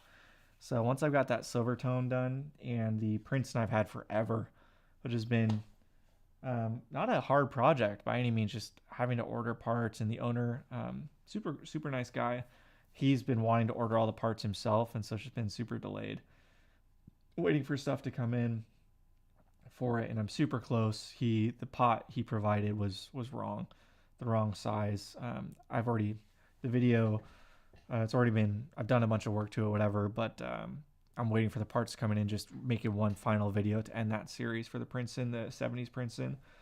But once that's done, I've got so many of my own amps I want to work on to finish up. So this one is basically done. Once all the caps have been replaced. Earlier today on stream, I replaced the coupling caps, all but one, in it, and the only thing I want to do left too is just try and figure out how to adjust the depth of the trem in this, because it's like the Green Day song with like the square wave trem. That's kind of what the trem sounds like now that it's healthy. So I want to get that fixed and then add the output jack. But other than that, this is done. And then I need to get back to my AC30 and figure out the freaking noise from the top boost. It is so noisy. Lyle thought it was a lead dress thing. I don't know. I separated the wires as far as I could from between the heaters and the hot. So anyways, I got to figure that stuff out. And I've got my Pro Reverb I got to work on, finish the blackface one. I'm going to replace the caps in the doghouse on that and then sell it. There's a big guitar show coming up in the end of January in Costa Mesa, which, if you know, is not too far from me here, maybe an hour or so. And it's every year, and it's a big vintage like guitar show. And so I'm going to bring the 59 Princeton. I'm going to try and get the Pro Reverb good to go, or I might leave it for that show. Actually, I'm not sure. I'm not sure what would be more valuable to those people. And then this 63-64 AC30 combo, you can just barely see over my shoulder or over my hip here. That one needs some love too, and I want to sell that as well. And then hopefully put those together and get a really nice tweed amp. That's the goal.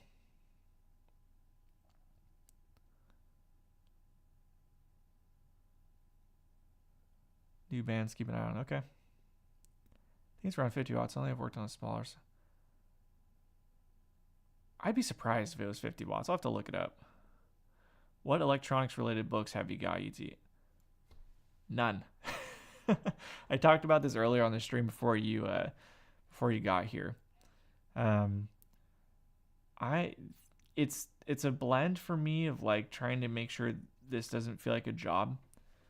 You know, this is still fun for me. And so the fun part, like the not fun part for me, like if I'm working all day, I'm on a computer all day working, coming home and like reading manuals, service manuals and stuff is just not, I don't learn that way. I learn by just doing. And so, I pick up knowledge as I go kind of thing. It's me reading a textbook is just, it's tough. I was not great at it in school, and I did well in school, but just the more traditional way of learning is just doesn't work that well for me. So I'm making things more difficult on myself by not doing that, but it's really hard to get the motivation to be diving into very dry technical books after working all day. And then I've got a screaming baby at home and whatever. I just want to get in and start soldering some stuff and see if it works or not, to be honest, which is not great, but it is the truth.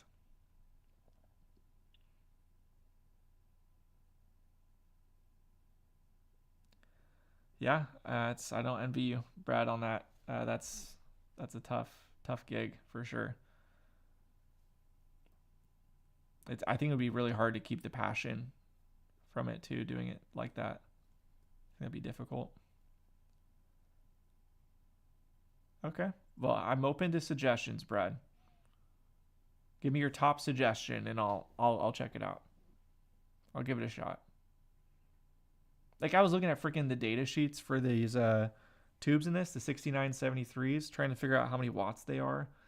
And it was just, there's things I don't quite understand yet, of like the whole push-pull AB configuration and all of that. I think the 6973s in this are, I think it's like between 12 and 14 watts or something, if I remember correctly off the top of my head. So I biased it or checked the bias, and it was pretty much dead on with that. So like that's little stuff, but there's a lot of electronics knowledge I don't have that I'm learning. But I learned like, how the caps are working to filter out um, you know, uh, filtering out DC voltage, that whole concept, right? Like I didn't really understand what that meant, and just like doing it and putting the clips on it and seeing, oh, there's DC voltage here when a functioning cap there is none. Okay, so it's blocking DC. Like that's how I've been learning. What kind of noise? I missed that part on the AC30. You can watch you don't have to watch the video, but it's just super noisy. So much noisier than the other channels. What kind of noise? I don't know how to describe it. It's just very, very noisy.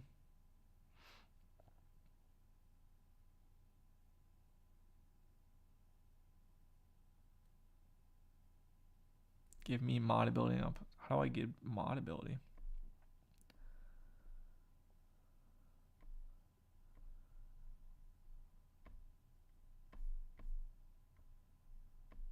Be brutally honest, it's fine. Add as moderator.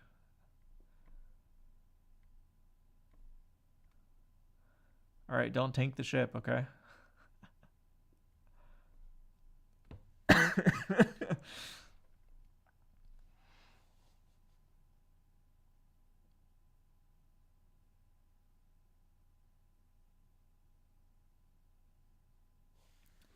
So you say grounding issue. I moved the ground, Matt. I moved it to 2 or 3 different places off of the top boost card, and it didn't make any difference.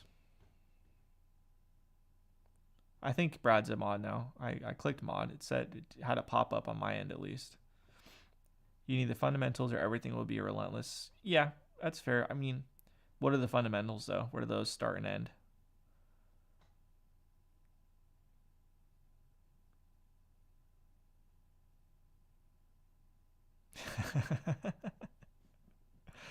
Well, that's why I was saying before, Brad, just give me freaking old fenders. I can figure out old fenders all day. Those are easy. All right, let's see how Brad abuses his power.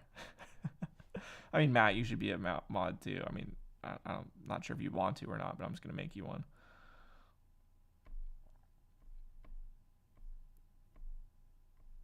I haven't asked this. Was this tolerable, guys? Like the video and the audio? It's I think there's a bit of a lag to it, but is it tolerable? Like, is it super distracting or is it fine? The stream, like I have it on here on the laptop in front of me, and it's super delayed, so it's hard to tell.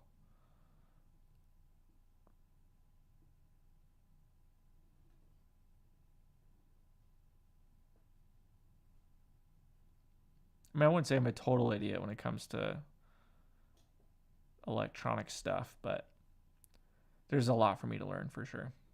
No question there. And I openly admit it. I try and be very clear. I am not an expert. I never claim to be. I mean, I should probably do it again, but I used to link Lyle and Uncle Doug and all those people in the video descriptions. Say, go to those people. They're experts, not me. You're just watching somebody learn. Fenders are easy until something's make you out of mind too. Just annoy anyone you can trust. Okay, I'll take it. Is that like a Mexican standoff thing there, Brad? To ensure neither of us destroy the other person's stream, we can destroy each other's. It's the whole like 2 superpowers of nuclear weapons. The focus is off a bit, or is it just my eyes? Is it off?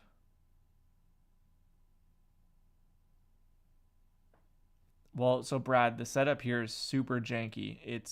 I'm using OBS, and I've got my camera connected via USB to my computer, and I've got the preview of the photo, and then I'm just having OBS grab the window of just that, because I don't know how else to do it out here. Like with my computer and my interface and everything inside my desktop, I could do it properly. But out here, and the laptop I'm using is not super reliable. So this is like the earlier stream I did today. uh, while you were probably sleeping was with my phone, just a straight up on my phone on a little mount and did it that way. And I wanted to try it tonight. This was just a test to try it with the actual camera.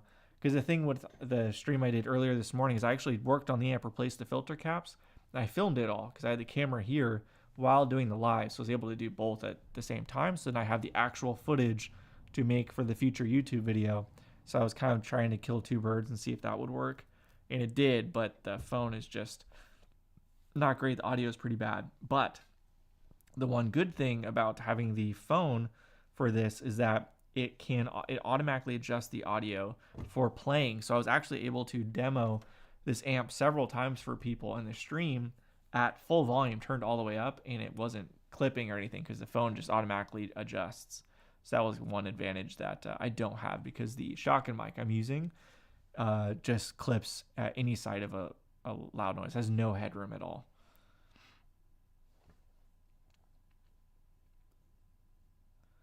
Howdy, welcome.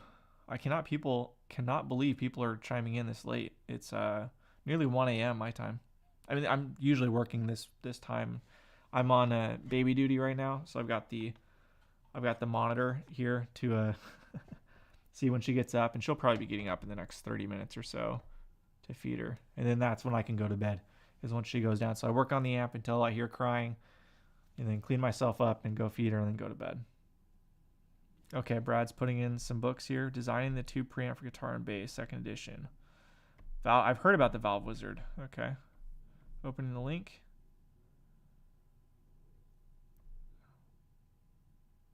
It seems slightly out of focus, the pedal board. Okay, it's set to autofocus, so it should be focusing around me, Jim, but if it's not, I'll have to figure that out. And the equipment is definitely the best way to get started. Reading too much can kill it. Yeah, that was my whole thing, honestly, Jaybird.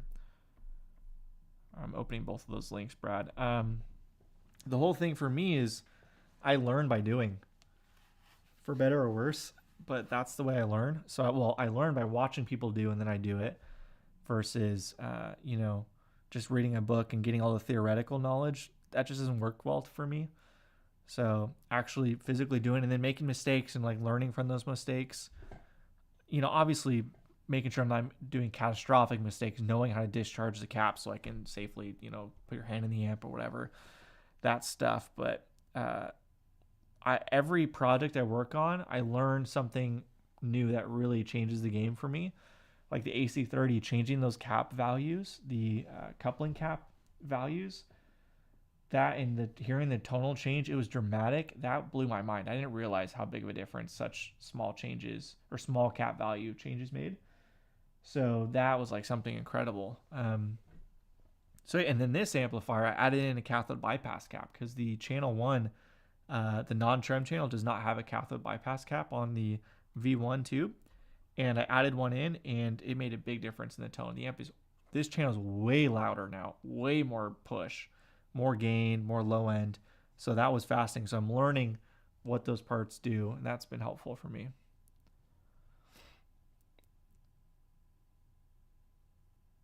Make sure you get this one. My advice, make electronics fun. Start the exercises in this book. Okay. All right, Brad. I got my homework. How to learn by doing.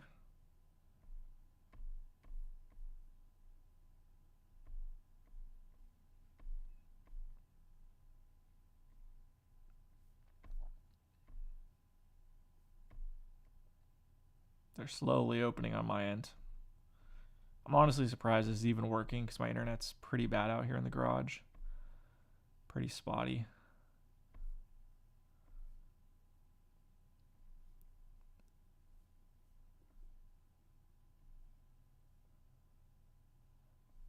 The art of electronics. Guitars and bass. Honestly, I know my biggest shortfall right now, 100%. My biggest shortfall is schematics. I just struggle reading them and understanding what everything is doing and the symbols and everything. I mean, I'm learning and I know more now, much more now than I did. And this amp is forcing me because there's no layout, like I talked about before. There's no layout, so I'm learning that sort of stuff over time. but that's still what I really struggle with. Like right now with this amp, the biggest thing for me that I want to do to it that I don't know how to do is the tremolo is super deep. Jaybird heard it earlier. He can talk about this. He can attest to it. In the stream earlier today is the trem is like on off. It's like a square wave basically. And I want to figure out how to get it so the depth is not all the way. It's like the intensity on a Fender's on 10. That's kind of what it's like, a healthy one. So the schematic on this, I'll pull it up. I don't really understand where I should be looking at on the schematic to change that. So I can identify where the trem is. So this whole, if you look up a Gretsch 6161 schematic on Google, you'll find this. So I understand that this is all part of the trem circuit down here. And then I think this is part of it too up here. But I don't really understand, like, how do I tell? So like this 1 meg, so I'm assuming this is the pot right there. But I don't, and this is for the foot switch. That's the jack right here and the pot that's right here under it. So that's what this is. But what caps here are affecting the depth of the trem? You guys can't see it from here, but you can Google it. What caps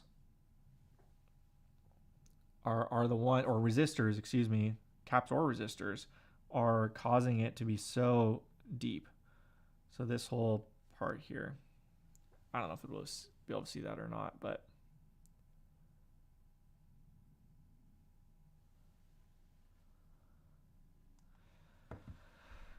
I work in the aviation electronics industry and I get it.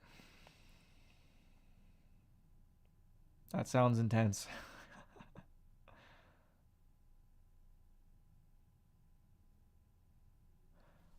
Speaking of a scope, my buddy, his office, they were doing like a get rid of junk kind of thing. Just like, okay, we'll get e-waste or whatever. And one of his coworkers brought in a scope and a audio generator in. And I guess he was wanting to go to school to be a electrical engineer or something. I can't remember what it was. And he just never ended up using them.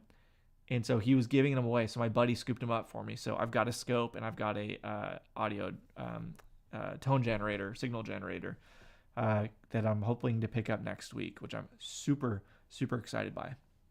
That's going to be awesome. So yeah, I have no idea how to use it. I got to learn all that, but it'll be nice to have that as a tool for sure.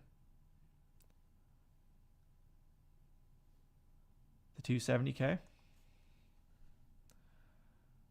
Let's pull it up. Oh, the 270K, that goes to B1. Gretsch 6161, Brad. I don't think I had to search hard for it. It's got my own markings on it because I keep track of the stuff I do to it, but Valco model 6161.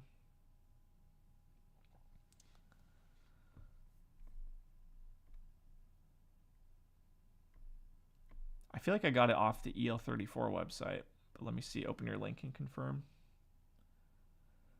It's confusing to me because it's got all of these little jump off points, the arrows that go off to B1, to C1, to A, like all of those. It's just hard to follow for me. That's a different looking schematic, but oh, that's totally different amp. What's a 6SQ7? Is that another name for a 12AX? 6SC7? No, that's different. Let me see if I can find it.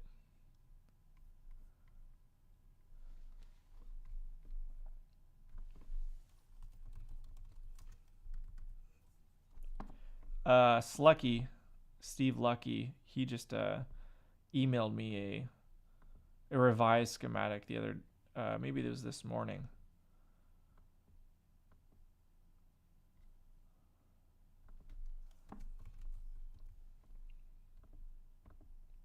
I know there's a million versions of these too. Yeah, it's from EL34 World, the first one that shows up in Google for me.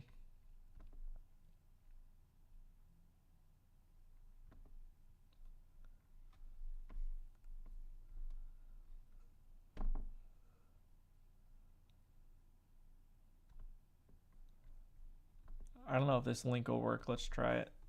It's a link that should open a PDF.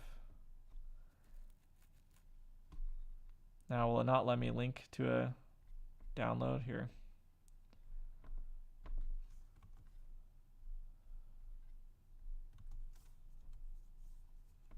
I don't know if you can click on those. They're not letting me, they're not showing that they're clickable, but if it's a 6161 schematic.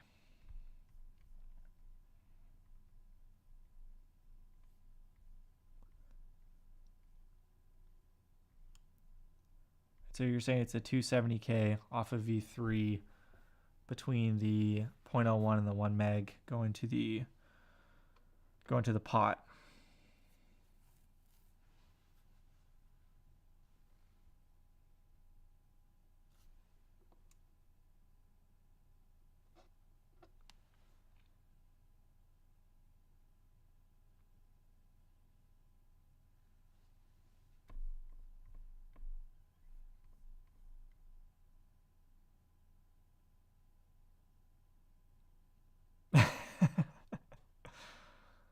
I should have a drink, honestly. If I was staying up, I'd cheers with you, Brad.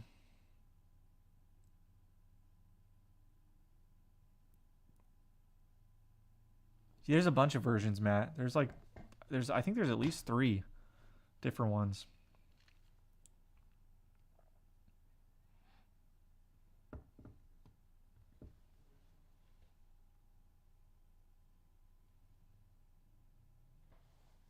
So I'm pretty sure this is the area right here, because these 2 coupling caps, they were both part of the trem circuit, because I could see with the multimeter on it when I did it in the live stream and also recorded it for a future YouTube video. The voltage on them was varying like it was part of the trem circuit. So if I follow based off of the schematic here, again, this is kind of how I've been deducing things, is going off of pin 6, which is what it says there off of V3. And that's this brown lead right here. And then it goes over, there's a 0.01 and a 1 meg. And then it goes over to the pot over here. So I know these leads are going there. So this orange wire connects it. You can't see it, but I can obviously see what I'm talking about here. And then right here, there's a 0.01 and then a 1 meg right next to each other. So that's got to be it. And then you said there's a 270K. So now I just have to identify where the 270K would be. In a 270K, what color bands would 270K be? Red and what?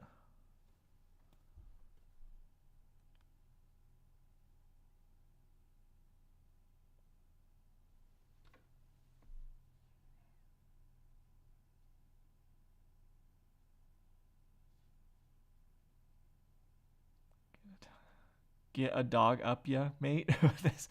I don't know that Australian saying. I'm not familiar with that one.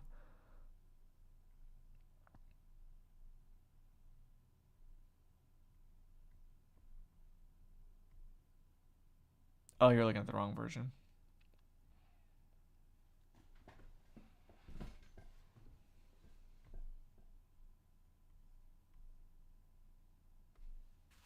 Oh, you're saying the 270K was from a wrong version, so it's going to be different on this amp. I guess I just need, like, I don't understand where to look. Like, how do I know what's... Because obviously I know it's... From what I understand, it's taking the tube and, you know, cutting it out by having... I'm assuming it's, you know, too much resistance or something that's cutting the signal to the tube, which is cutting the signal on the output. I think that's how it's working. Red, violet, yellow. Red, violet, yellow. Okay. But I don't know if that's on this. Red, violet, yellow. Okay.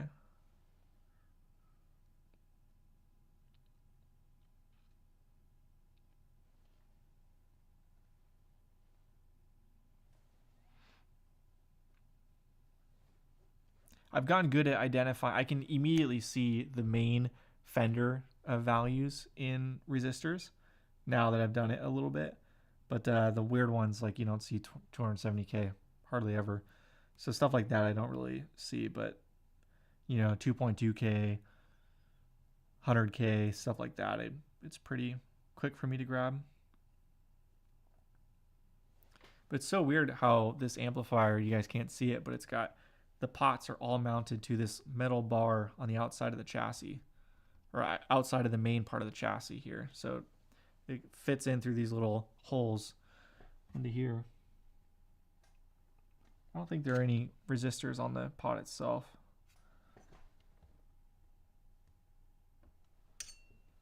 Yeah, I don't see any.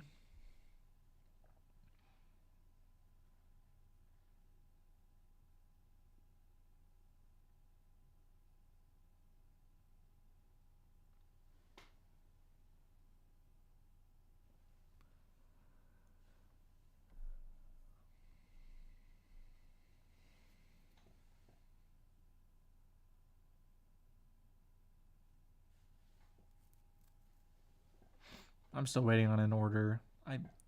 Freaking so annoying. I ordered so the coupling caps in this, well, all these ones, there's 5 of them in the amp, and they're all 0.05s. And I had Mallory 150s, 0.047s. I had 4 of them, so I'm missing one. And so I ordered a bunch of Vichet 0.047s, I thought, and I was just going to save the Mallories, and I accidentally ordered 0.0047, which is so annoying. So I ordered like 10 of them too. So those will be sitting for something else.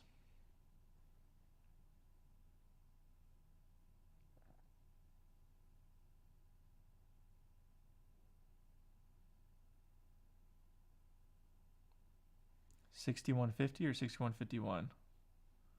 Oh, the amp, it's a 6161. Gretsch, or Valco Gretsch 6161. So it's a phase shift oscillator, and it gives a signal to the drive stage, which modulated that cathode of B1 on channel 2. Weird arrangement for sure. Yeah, I understood like a quarter of that, but agreed. Weird. I mean, I understand phase shift oscillator. That makes sense. Give signal to the driver stage.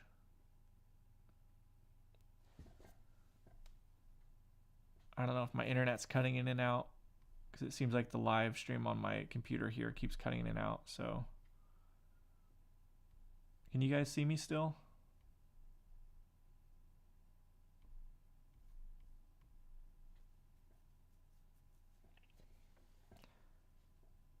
The video stopped playing for me, so I don't know if you guys can see me still or not.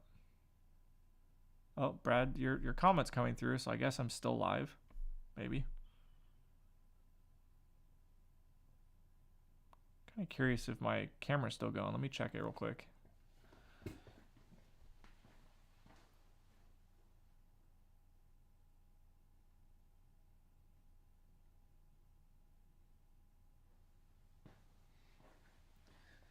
The camera's still going. So it's a phase shift oscillator, and it gives a modulation signal to the driver stage, which modulates the cathode of V1 on channel 2. A weird arrangement for sure. Okay, so it's modulated signal to the driver stage.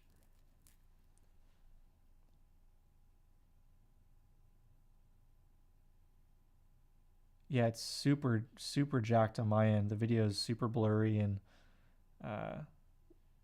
like low res, and it keeps cutting in and out, but I think my internet just sucks. Okay, so let me go back to what you said. Phase shift oscillator gives a modulation signal to the driver stage. So the driver stage, what is the driver stage? What does that mean in layman's terms? I understand the cathode of V1 on channel 2. Because V1 is split, right? 12x7, so there's 2. So it's split between channel 1 and channel 2. In channel 1, has the cathode resistor, which is, correct me where I'm wrong, it's biasing that, but it didn't have a cathode bypass cap on it, so I added it there, which only affects V1 because it's only affects half of V1. It affects channel 1, which is connected to that half of the 12x7, and that's what added in a bunch of gain to the circuit, made it significantly louder. Channel 2 off of pin was at pin 7. pin 8. Pin 8 was the other cathode, right? Or the other, that had a bypass cap, a 3550 on, that's for channel 2.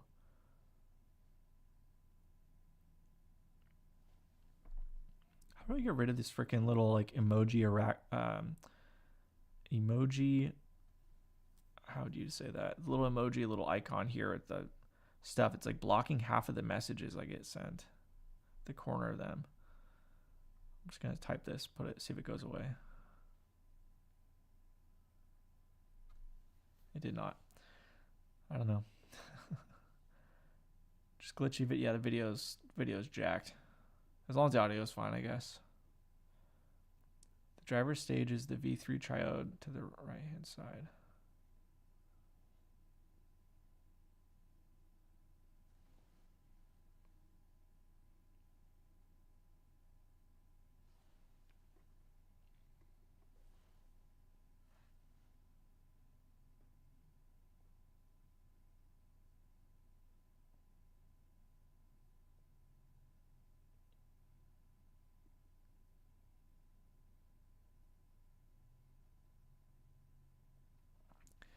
Sometimes you take long pauses. That could be me just sitting here trying to read comments. No iPad. It's just the corner of every comment. There's like the little heart. I don't know if you guys have that on your end to where you can like do a reaction like you do on Instagram or something. And it blocks like the edge of the corner of every comment. But I can figure out what the gist is that people are saying.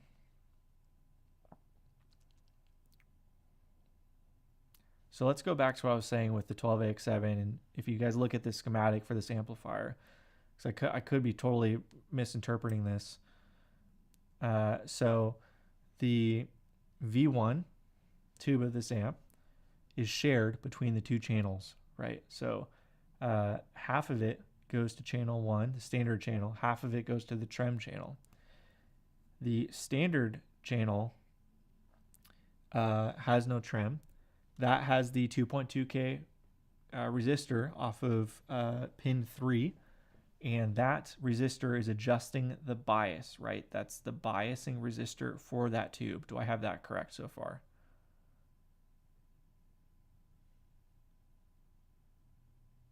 The heart's pissing me off right now. It's like taunting me. Go away. I don't want to see it. I don't care. Why would I want to react to my own video anyways? I'm signed into myself.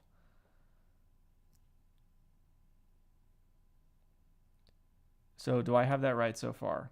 Is everyone following there? If you have, everyone's got the schematic at home popped up.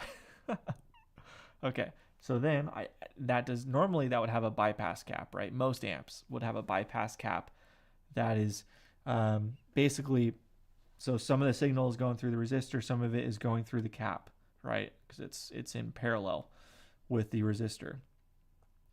And adding that bypass cap, the end result was the channel was much louder, more gain, more power to it. So that was a positive change in my opinion, and I was happy to do that. And that, am I correct in associating a bypass cap with the preamp tube to do that, to add more gain? Because some of it is getting around the resistor that is restricting the gain, and the bypass cap allows some of that to go through. Do I have that roughly correct? Yes, 2.2K, yeah. Okay. I don't know how delayed it is, so I'm just going to assume all those yeses are saying yes to that last point. So then, let me pull up the schematic so I have that in front of me.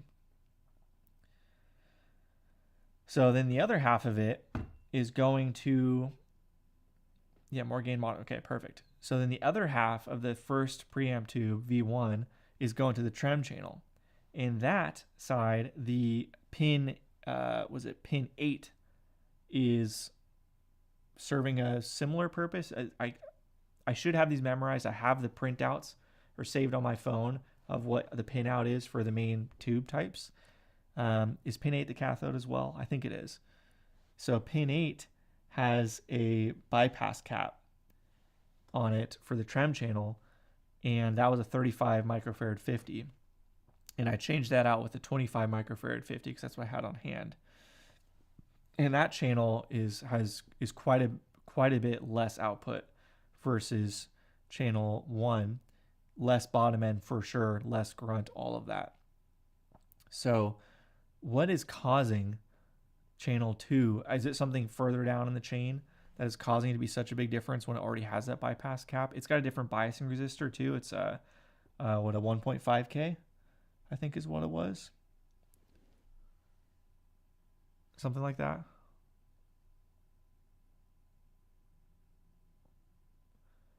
Yeah, Jaybird. Yeah, that's what I've seen is people. That's a common mod people do to these. They put a bypass cap on them, and it was a massive difference. It transformed that channel 100% putting that in. Here's a fantastic garbage that indicates we did by adding bypass. Okay, let's check it out. Back to Valve Wizard.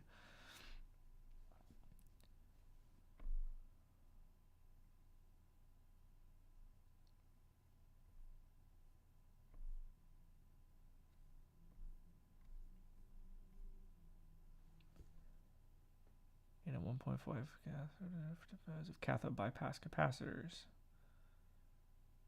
Gain, frequency.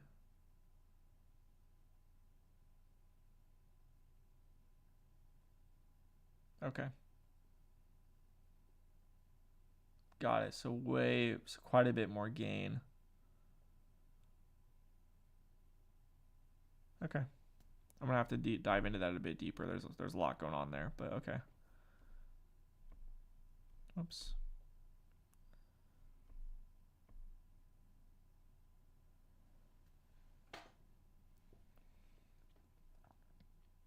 The extra 0.005 and 270K. So let's look at the schematic and find that. So the extra 0.005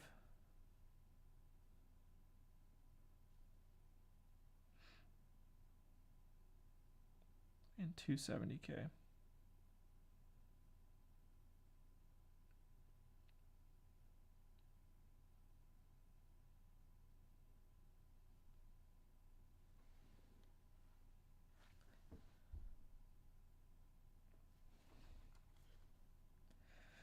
I really should have this freaking memorized. I'm getting there.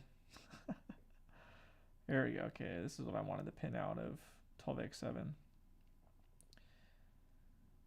So the plate. Are you saying off of the plate? So pin 6? Is that what you're saying? I see a 270K. Looks like it comes off of the plate, off of the second half of the 12AX7. And there's a 0.005. There's a couple 0.005s and a couple 270Ks. Is that what you're referring to?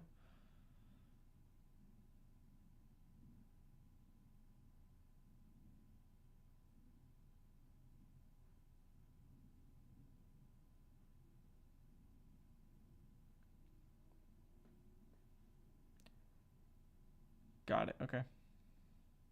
Okay. So if I wanted to add in a bit more, I'm not saying I do, but if I wanted to, the move would be to what?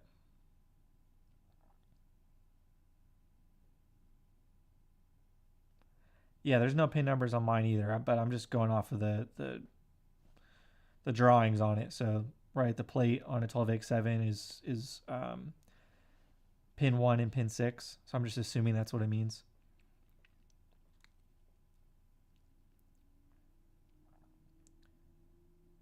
The 270K to ground and the 0.005 right before it. Okay.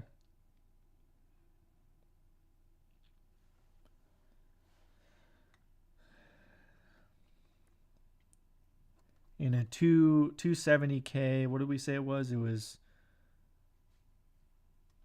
red, purple, yellow, something like that.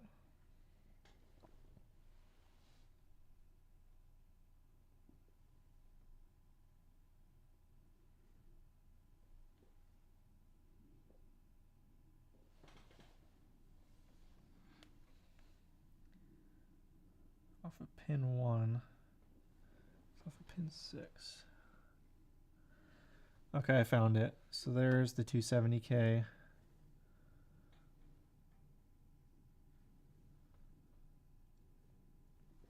All right, I found it. There's the 270K and 0.05, the extra one right here. It's confusing because they have one here next to the bypass cap.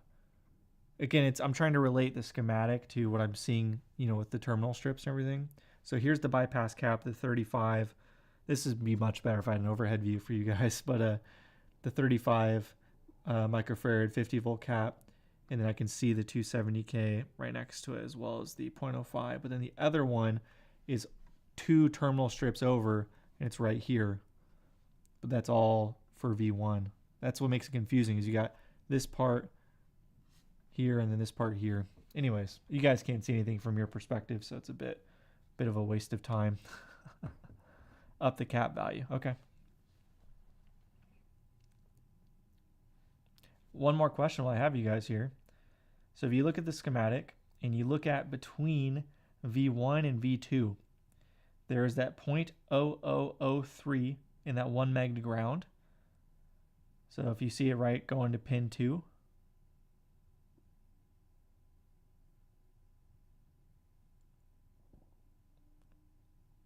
.500 picofarad at the ground is likely to change, making the channel sound a bit dead on the top end. I think there's a lot of that going on with this. It sounds great, but I definitely think it's like neutered in various ways. But anyways, you see the 0.003 in the 1 meg to ground going to pin 2 of V2 if you're playing along at home. And people I've read in forum posts about this when I was researching the amp, they mention removing both of those or getting a bigger cap value there. So that's constricting something going on there. My amplifier does not have a 0.0003. It has in that spot a 0.0033. And then it also has the 1 meg to ground there. So the value is different. It's bigger cap, so it's letting in. So what is that doing exactly? I guess I should just start from that point. What is that doing, that specific spot, before it goes to pin 2 of V2?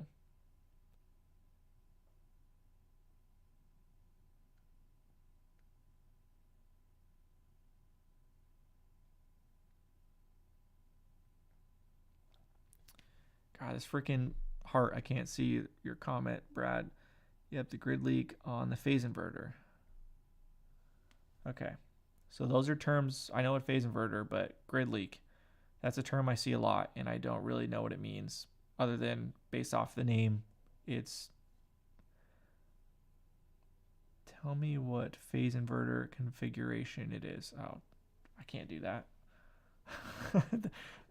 Don't turn this around as a test on me and tell me how it works. I have no idea. I didn't even make the connection that V2 is the phase inverter. I honestly looked at this and went, so V3 does the trem. V1 is obviously the first stage. Where's the phase inverter? That's what I thought, because I'm used to the phase inverter being the last tube in a Fender amp, being the very last preamp tube before it gets into the power tubes. So that's the level I'm at, Brad. I've got to buy your damn books. Yeah, I will. Yeah, I'll research. I can pull it up my phone right now. But those are the stuff, like, I'm acknowledging those are the gaps in my knowledge that I see those terms come up a lot, but I just don't really know what they mean. Grid reference to ground. Okay. So those are referencing. So, well, the cap isn't going to. Yes, the cap's not going to ground, obviously, but so the 1 meg is the grid leak because it's giving reference to ground. Google it now and tell me this is how we learn. Okay, Google it now and tell you which part, what a grid leak is, or the phase inverter setup.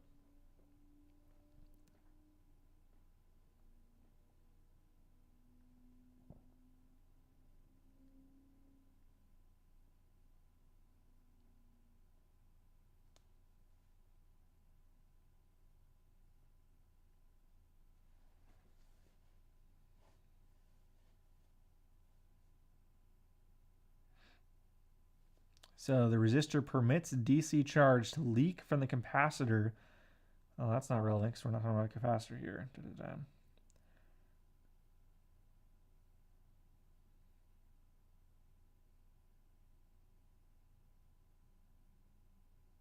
So it's cutting off high frequencies, it sounds like, as a result of leaking some of the DC to ground. This is what I'm saying too, because it seems like a really high value, 1 meg. So when I've seen other references to those kind of resistors, it's usually like at the inputs, like a 68K or something.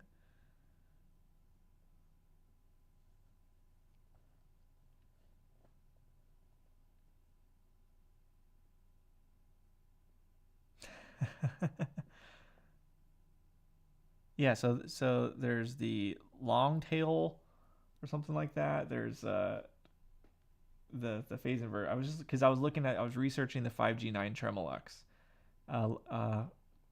Long tail phase inverter. Was that what it was called? I was trying to learn the differences between that and the other versions.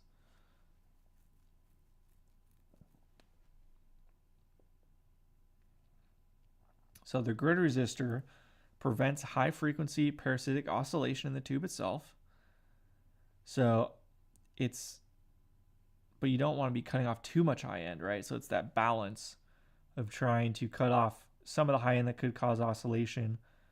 But 1 meg seems like extreme, so I'm guessing you're reducing that or even cutting it out. If there's no oscillation, you would get back a lot more. Is that true? Is that right?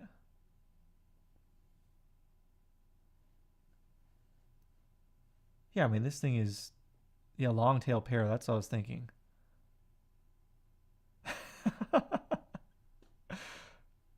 Brad, you're a saint. I love it. This is the most Brad. This is the most perfect example of Brad in his natural habitat, right? Chugging beers and getting mad at people about being dumb, not knowing anything about amps. Please tell me more. I need to learn more. I love it. Helpful and straight to the point. Let's do it. Cathodiene, that's right. Long tail pair, cathodiene, and whatever this is. This whole amp is funky, so of course it's going to be the funky one.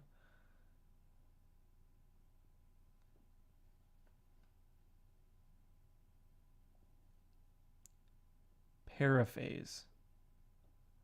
Long tail pair, cathodiene, paraphase. Okay.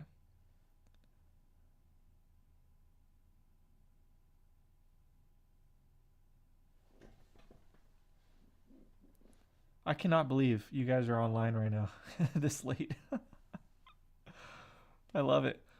You guys are my people. I'm always up late. With or without the baby, I was always up late. This is the only time I could be productive. Very, very, very funky. Okay, great. Perfect. Just what I need. All right, let's look up paraphase.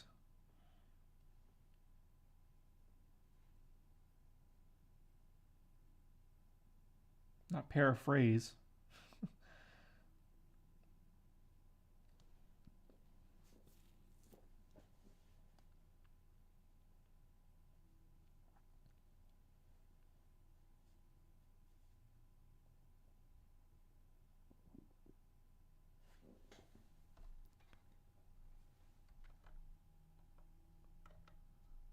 Oh, my daughter's rolling all over the place, so I think she's starting to get up. Yeah, definitely go to bed, Matt. The simplest, most primitive of all. Okay, perfect. Let's research it. It's bedtime. Yeah, I think it's a good time for all of us to. I got my homework, Brad. I've got books, and I've got to learn about the paraphase inverter, and I'm gonna talk about it in the next part of this video. All right.